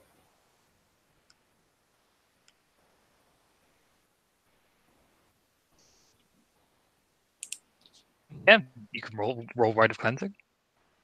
Can I help? Absolutely. Absolutely. All right. Please. Bastion will go around and he will, in Hispo, urinate on each one of the corpses. And then, Fucking and then, Totally cleansing. and then he'll go over and take a dump on the shrine. Oh, Jesus Christ. I don't feel like that's helping. I feel like that's the opposite of helping. That's fucking great. Alice wasn't just ready for watches this like fucking clips, man. Charlotte's not even paying attention. That's the worst part. He's helping. There you go. I was like, I ain't even mad. And he'll also, like the shrine itself, he's like wiggling it and stuff, to see if it can pull it apart. Oh yeah, he doesn't want to, because he doesn't realize what happened to Charlotte. So he saw, the Adrian tore it apart. I'm gonna tear this one apart. This one, oddly, blood leaks out, and it's the same weird, like, liquidy black liquid. It makes this horrific, like, screeching noise, but nothing happens, oddly. It kind of does that, like jumping up and down on something and then kind of scratching his back paws on it like a cat leaving a litter box.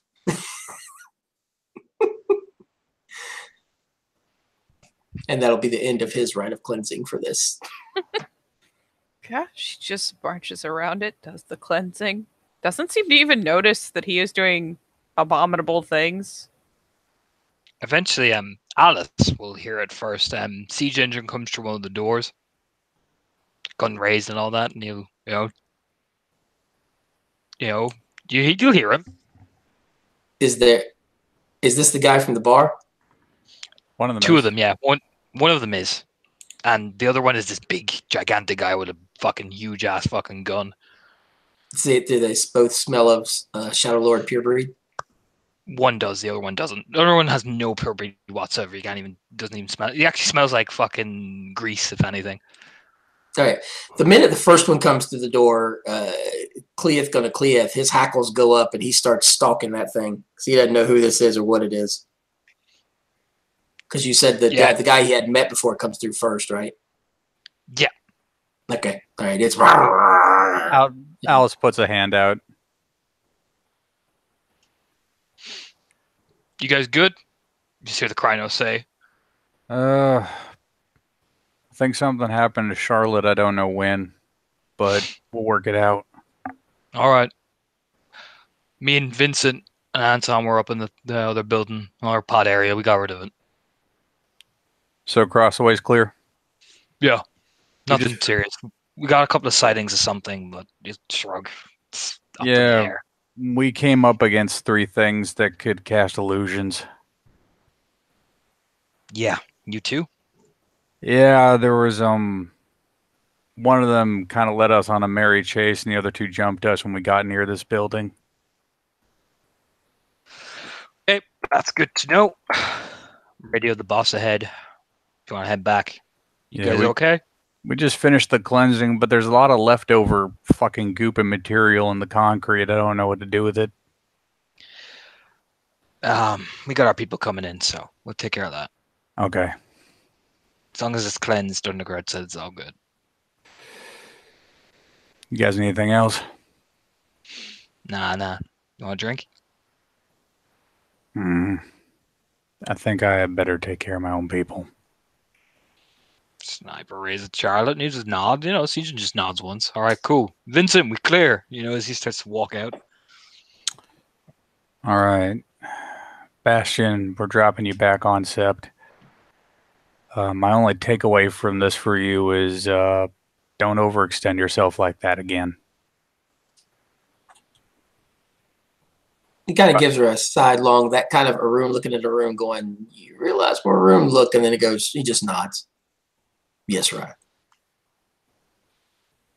Otherwise, good job.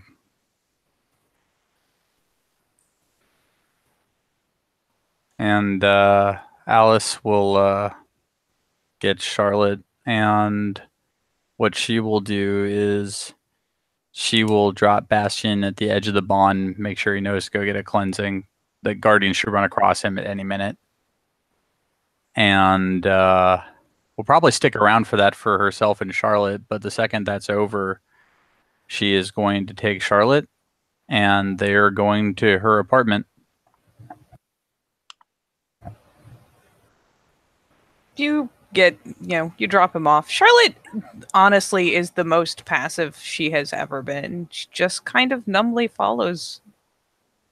And you, I assume you're saying, all right, we're going to get you home or something like that? Yeah. Because I don't think she knows where she lives. Yeah. Shakes her head. Before they head off, Bastion will pull the flask out and kind of shake it, and it seems like it's about half full. He'll just kind of hand it to Alice and say, she's going to need that. I'll get you the flask back after. He just kind of waves a hand. I have more. Cool. So if and when they get to the... Yeah, I was going to say, I imagine there's someone at the apartment. Well, yeah, but first you got to get to the apartment, buddy. If Alice has to, she will literally take your phone. No, you say you want to take her back? She's like, no. Yeah. Take me to the bar. Why the fuck would you want to go there right now? Watching me, I can't go home. Who's watching you? She just turns and looks at her. Told you. You're a bait. They were there. Is this like a vampire thing? No, they were there. Define they. We got a lot of enemies, man. Smiling bitch looked at my fucking face. Holy shit, and they didn't kill you? She just scrubs the hand up her cheek again. No. I gotta call this in then. Just knowing they were in the area is important shit.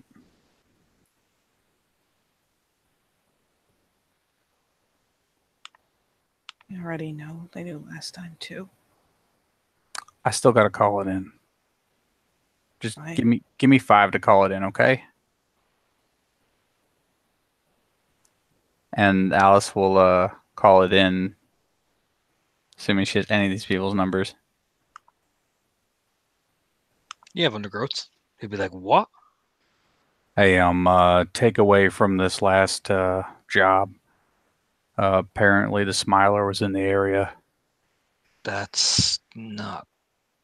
What? Look, that's what I'm told. You can make of it what you want to. Who saw her? Charlotte.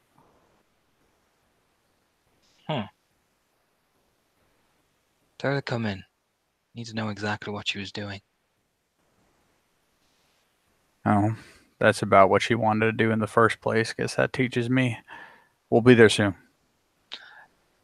Keep an eye on yourselves. If she's around there, that's unusual. We got reports that she was in another area. Look, weather's kind of dicked, so I'll be there in like 15 to 20.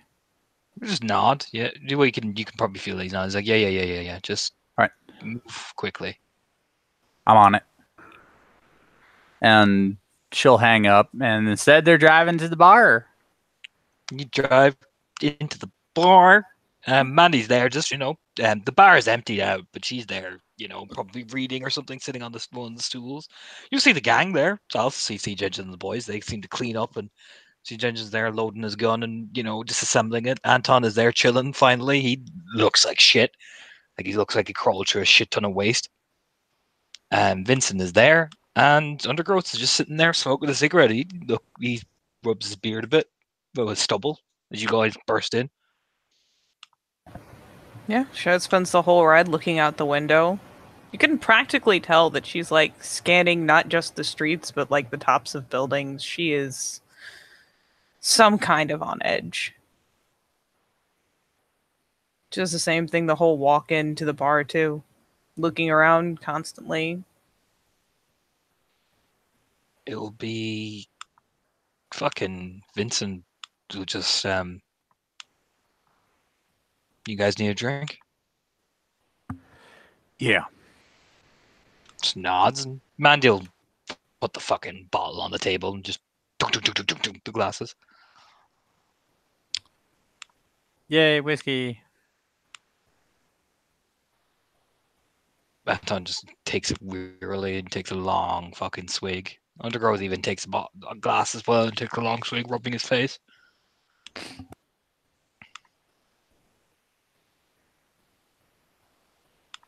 Charlotte's still hitched up by the front, because I assume there's still the big windows at the front of the building.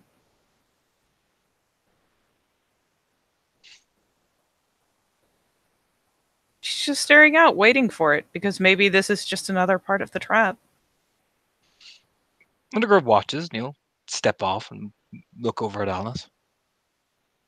She's pretty spooked. I don't know, man. We got separated, and then me and the Cleith got jumped. Couldn't have been more than a 12-second fight. But by the time we got back, she hid. I don't know, man. She lost her shit. Just nods once, like, all right. Just look at the guys and nod. And they all nod. Looks at Alice. Bar's cleared out. Mandy knows what to do in case of a frenzy. Let's not rush her. Okay? Okay. I'm going to take a step over. If anything gets out of hand, let's not be aggressive with her. Let's detain her, but no aggressive motions. Just nods and he'll step off and drains the drink very handily. Word to the wise. I don't know what y'all's history is, but I think there's something she still feels kind of raw about. And whatever happened exacerbated that. Think. I don't know what went on between you two. Something about being used as bait. There was a mission where things had to be done.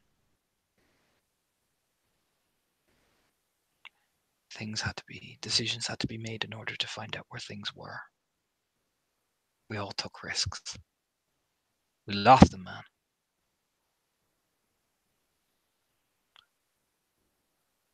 Let's just say I hope she doesn't spout that off in front of. He'll gesture over at Anton. Who's there? I mean, he's the fucking covered in mud and the dirt, and he looks like he's just been crawling through a sewer for like 5 hours straight. Hey, whatever my current associations might be, I'm trying to help you help her. Oh, I'm gonna try help. I'm just making sure the guys know. Like I said, we'll take no aggressive action. If frenzy happens, it happens. All right. Let's not rush. Just keep an eye on her. I'll have my people keep an eye on Anton, and we'll take it nice and slow. Got it. Just nod and he'll ease himself up and slowly approach, keeping himself where Charlotte can see him. Charlotte is playing the same game that she played in that cafeteria, where she's looking out the window and trying to decide which side is the trap. Both sides could be the trap. She could go out there because they want her to and they could snatch her up. She could stay in here thinking she's safe. And they just push her right into their hands. She really can't decide. So she's just kind of hitched up to where she's got her back to a wall, or at least her shoulder, and her back to a corner, roughly, so someone would have to really work to get behind her. And she doesn't really flick her eyes off the window until Undergrowth gets around in front of her, He keeps or within a certain distance. he keeps a certain distance because he doesn't know if you're gonna fucking try shank him or not. So his hands are raised. Want a drink? Shakes her head. Okay. So you saw her. So 3 of them. Okay. Making sure that the place is safe. Sorry, say again? Follow her gaze out the window, making sure the place is safe, I take it.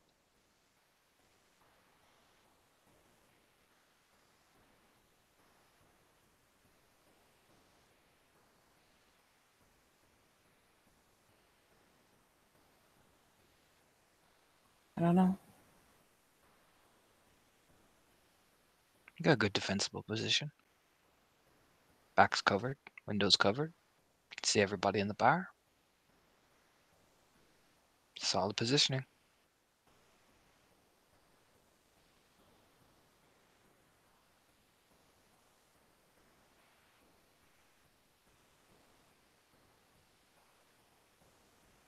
Was it on purpose this time? Hmm? Glances over, and she pops Truth of Gaia. What was on purpose? Was it on purpose this time? What was?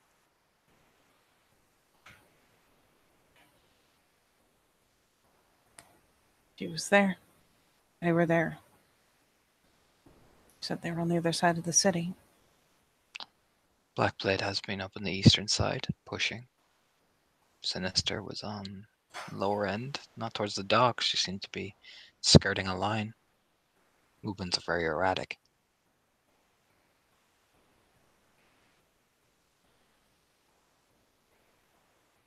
She changes her direction a lot.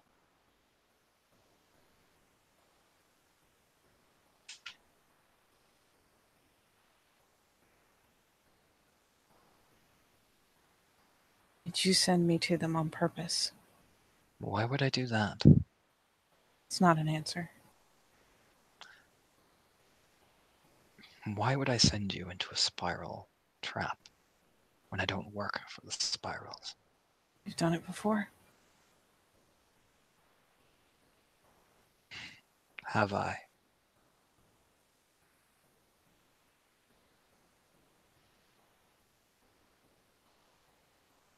I wasn't lead on that mission. You just let me think I was, so I'd walk right in.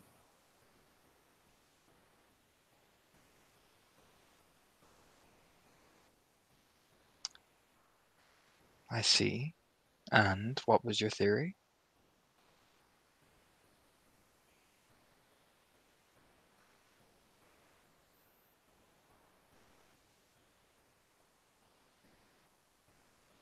You That knew I that would- time, didn't you? That I would bump you off because why?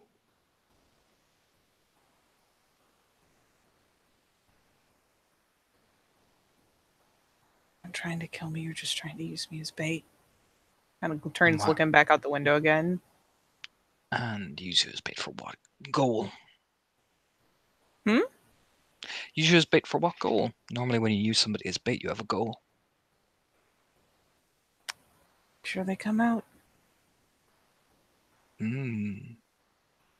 Why this time?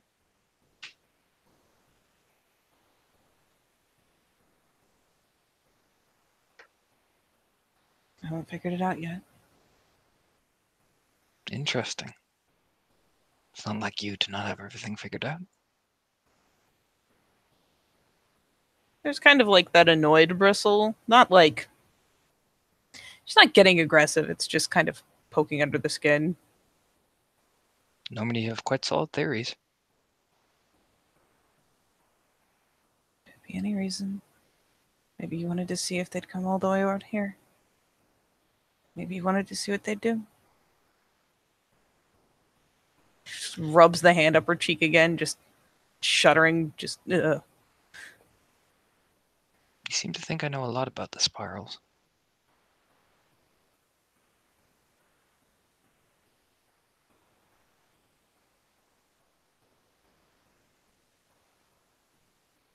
I don't need to know a lot to know I'd be good bait. Really? Like I said, it's a very disorganized theory for you. I'm surprised you haven't sat down and thought about it logically. Normally you analyze everything.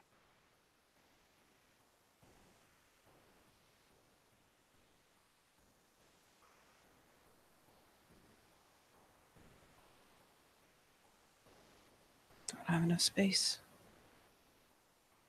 Hmm.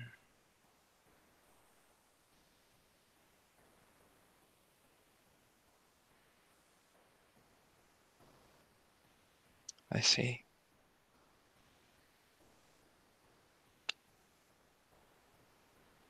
They I didn't even think. try to hurt me. They just grabbed me. Bro, interesting. They didn't try to hurt you, yet they've been trying to kill you this whole time.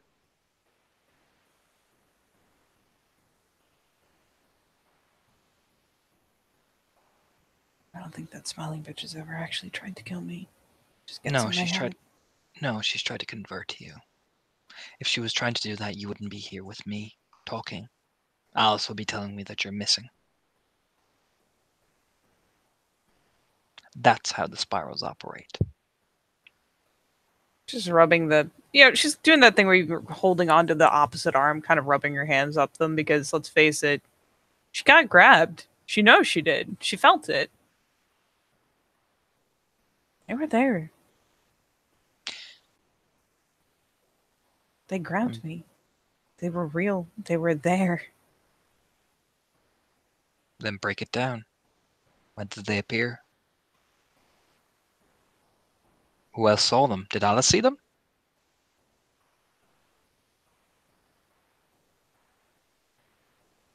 Turns, did you see the spirals, Alice?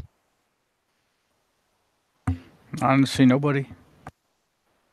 Except those other creatures. Look back at Charlotte. She wasn't there. Did you hear anybody, Alice? After you killed everyone? It's too quiet out there. Is there any footprints? Everything was too mussed up. That bitch usually leaves big footprints because she walks around in Krynos the whole time. Like I said, everything was mussed up. The whole room was wrecked. Looks back. Charlotte's taken a slightly more guarded posture.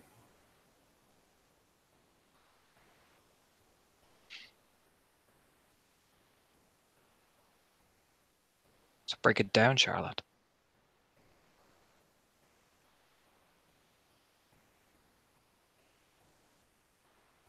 If I was really trying to set you up, why would I send you out there?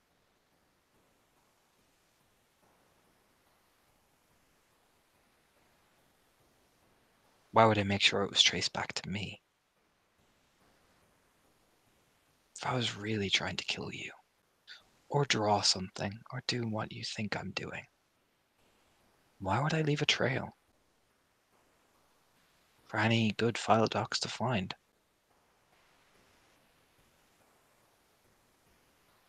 Oh, so you're trying to kill me, you would have just killed me.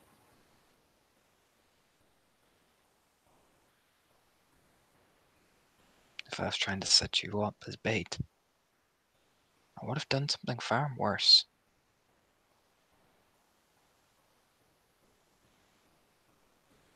Worked last time?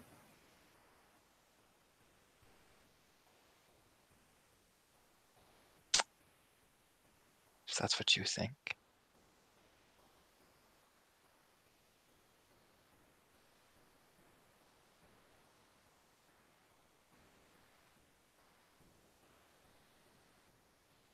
I mean, Alice sees it. He takes a rage. Undercoat's not perfect. Charlotte's starting to get kind of some nervous behavior. She's like the hand is like it's up coming back through her hair. She's still got a very guarded, closed like posture. She's still got her shoulder to a wall, her back to a corner. She's trying. You can tell she's combing through. She's trying to figure it out. There's a lot of nervous behavior. The eyes keep flicking between him and the outside. But she's not getting a grip.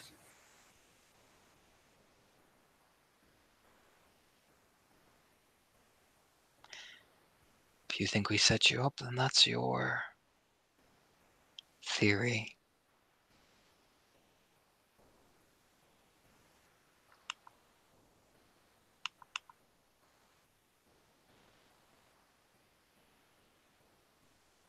Just kind of looks over. Did you not know they would be there? Did you honestly not know?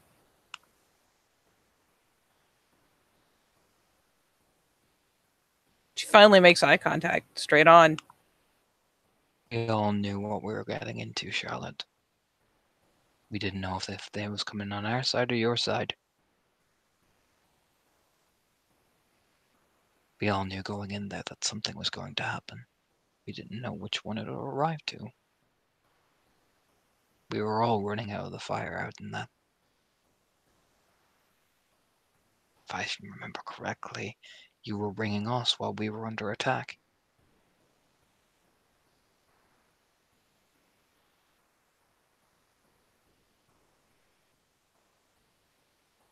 Again, it's not her usual concise sort of behavior. The head kind of shakes a little bit, goes down, the hand is back up in her hair. It's just supposed to be a snatch and grab. Or wouldn't you have said something if they were going to be there? Because it would have spooked you. You're already spooked. It would have spooked you even further because you would have started shaking like you are now.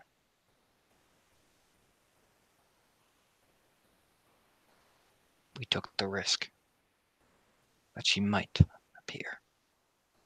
Or she would turn up at ours.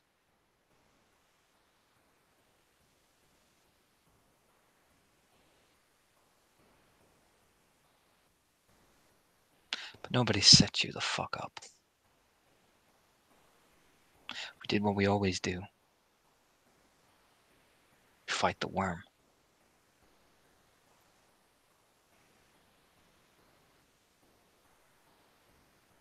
I'm not carved the fucking path. As he starts to walk past Alice. Jenny didn't die, so you could be set up to be killed like a dog, Charlotte.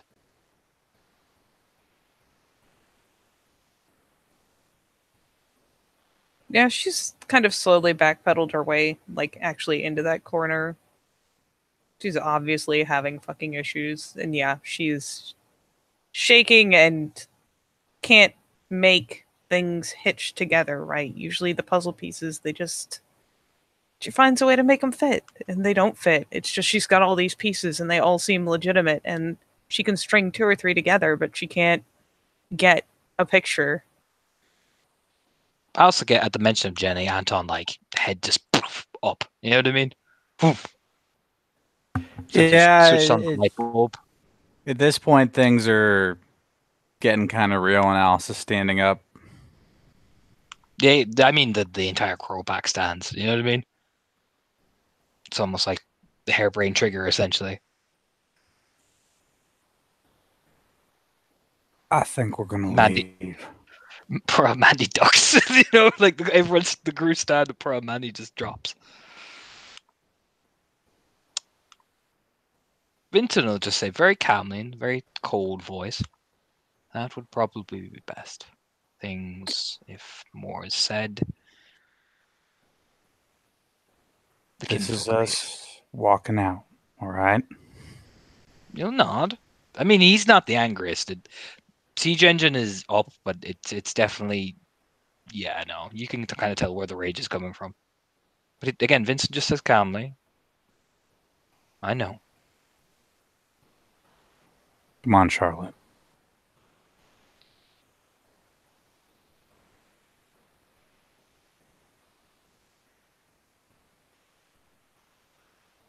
Charlotte is stuffed so tightly in that corner. Charlotte, we're leaving.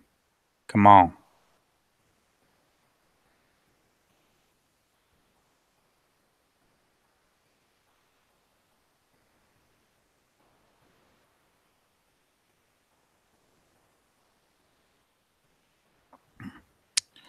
Even Alice is kind of swallowing because there's 4 of them and 1 of her.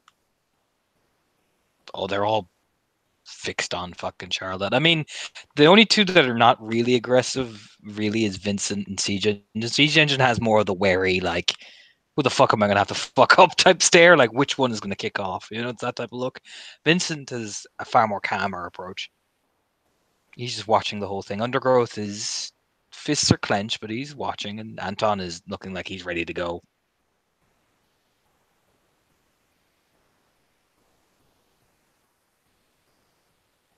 No, she's lodged in the corner and she's shaking and she's not moving. She glances at Alice the first time.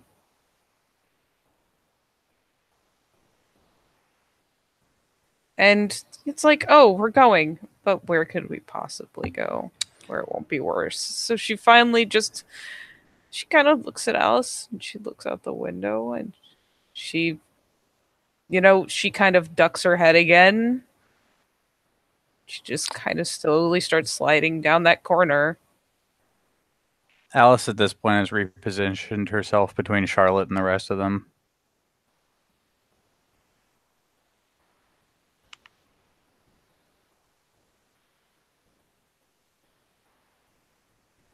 No, Charlotte just starts kind of falling apart in the corner. Just sinks down. Face goes back in her hands. She can't figure out where to go or what to do, but this corner seems pretty secure. At least at the moment.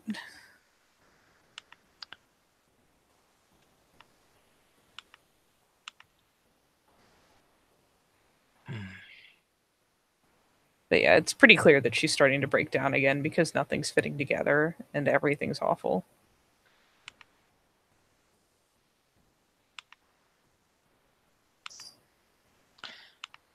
None of us can go near her, I don't think. Vincent will say very calmly. I agree with that assessment.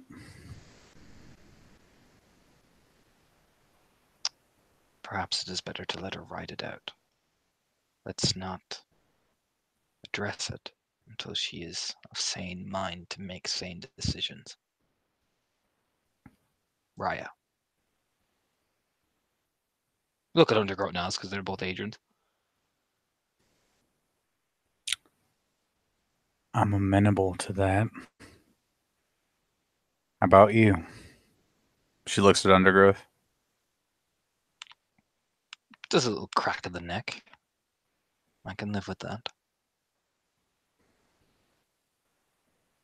And Alice slowly pulls out a chair, just sits down with her fucking potato chips because the kitchen's closed. Undergrowth slowly eats potato chips as Anton vaults over the fucking bar and starts walking over. And Alice is back up. He'll hold up his hands. Relax, Jimmy Bean. I'm not gonna fucking fight her. If I wanted to, I would have fucking swung already.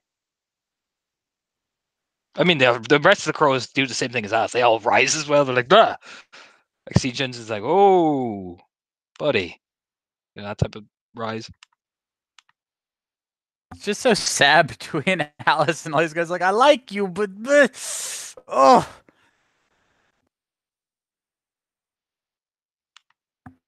Okay. Siege Engine put a hand on shoulder. Come on, let's not push it. Yeah. Okay.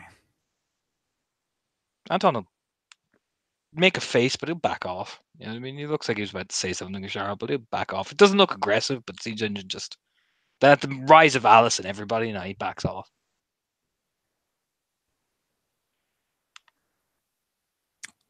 slowly sit back down to those potato chips. It's a party-sized bag. Yeah, Anton just storms out, slamming the door quite, you know.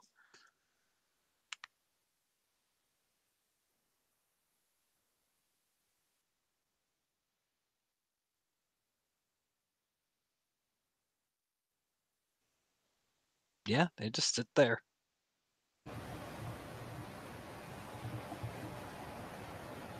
Realistically, how long would it take for her to get to a point where she could at least get her shit together enough to, like, admittedly, not even necessarily with Alice, but eventually assess that maybe she should leave the building? Maybe she could leave the building? Yeah, pretty much. I mean, you haven't checked on Felix yet, have you?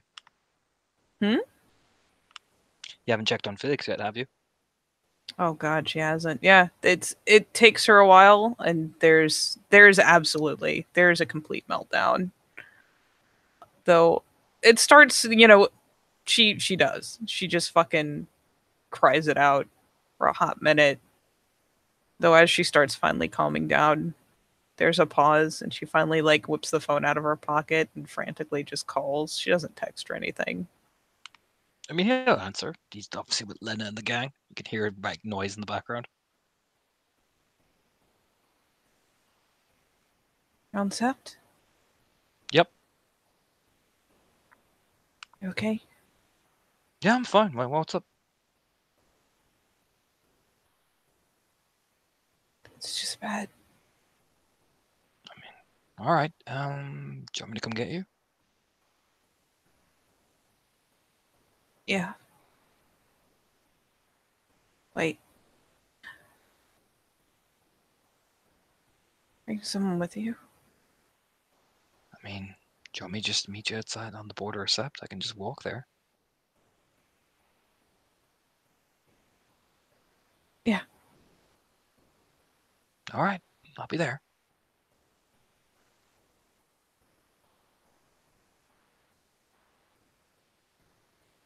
She just, again, she looks like she's on the verge of another crack, but she kind of pulls herself up and glances around and just almost timidly just kind of slinks out the door, like just gathers herself up and just quickly whisks out. Alice Scared as shit. goes out after her.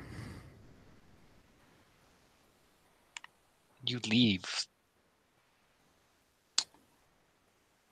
Alice is the one driving.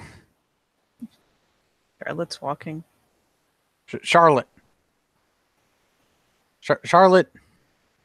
Walking's a stupid idea. Just get in the truck, Charlotte.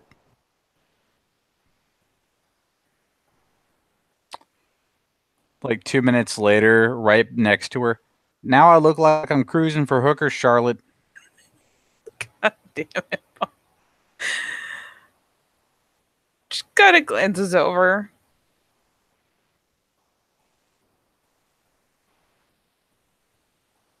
Promise to take me back to Sept. Yes. And I'm not necessarily going to roll because I know it's the truth, but yeah, the gift pings off. She's that fucking paranoid. She finally comes around and gets in the truck. Thank God. Fucking. They listen to Willie Nelson the entire way back to the Sept. You guys drive back to the Sept. Do you want to the day? Yeah. Okay.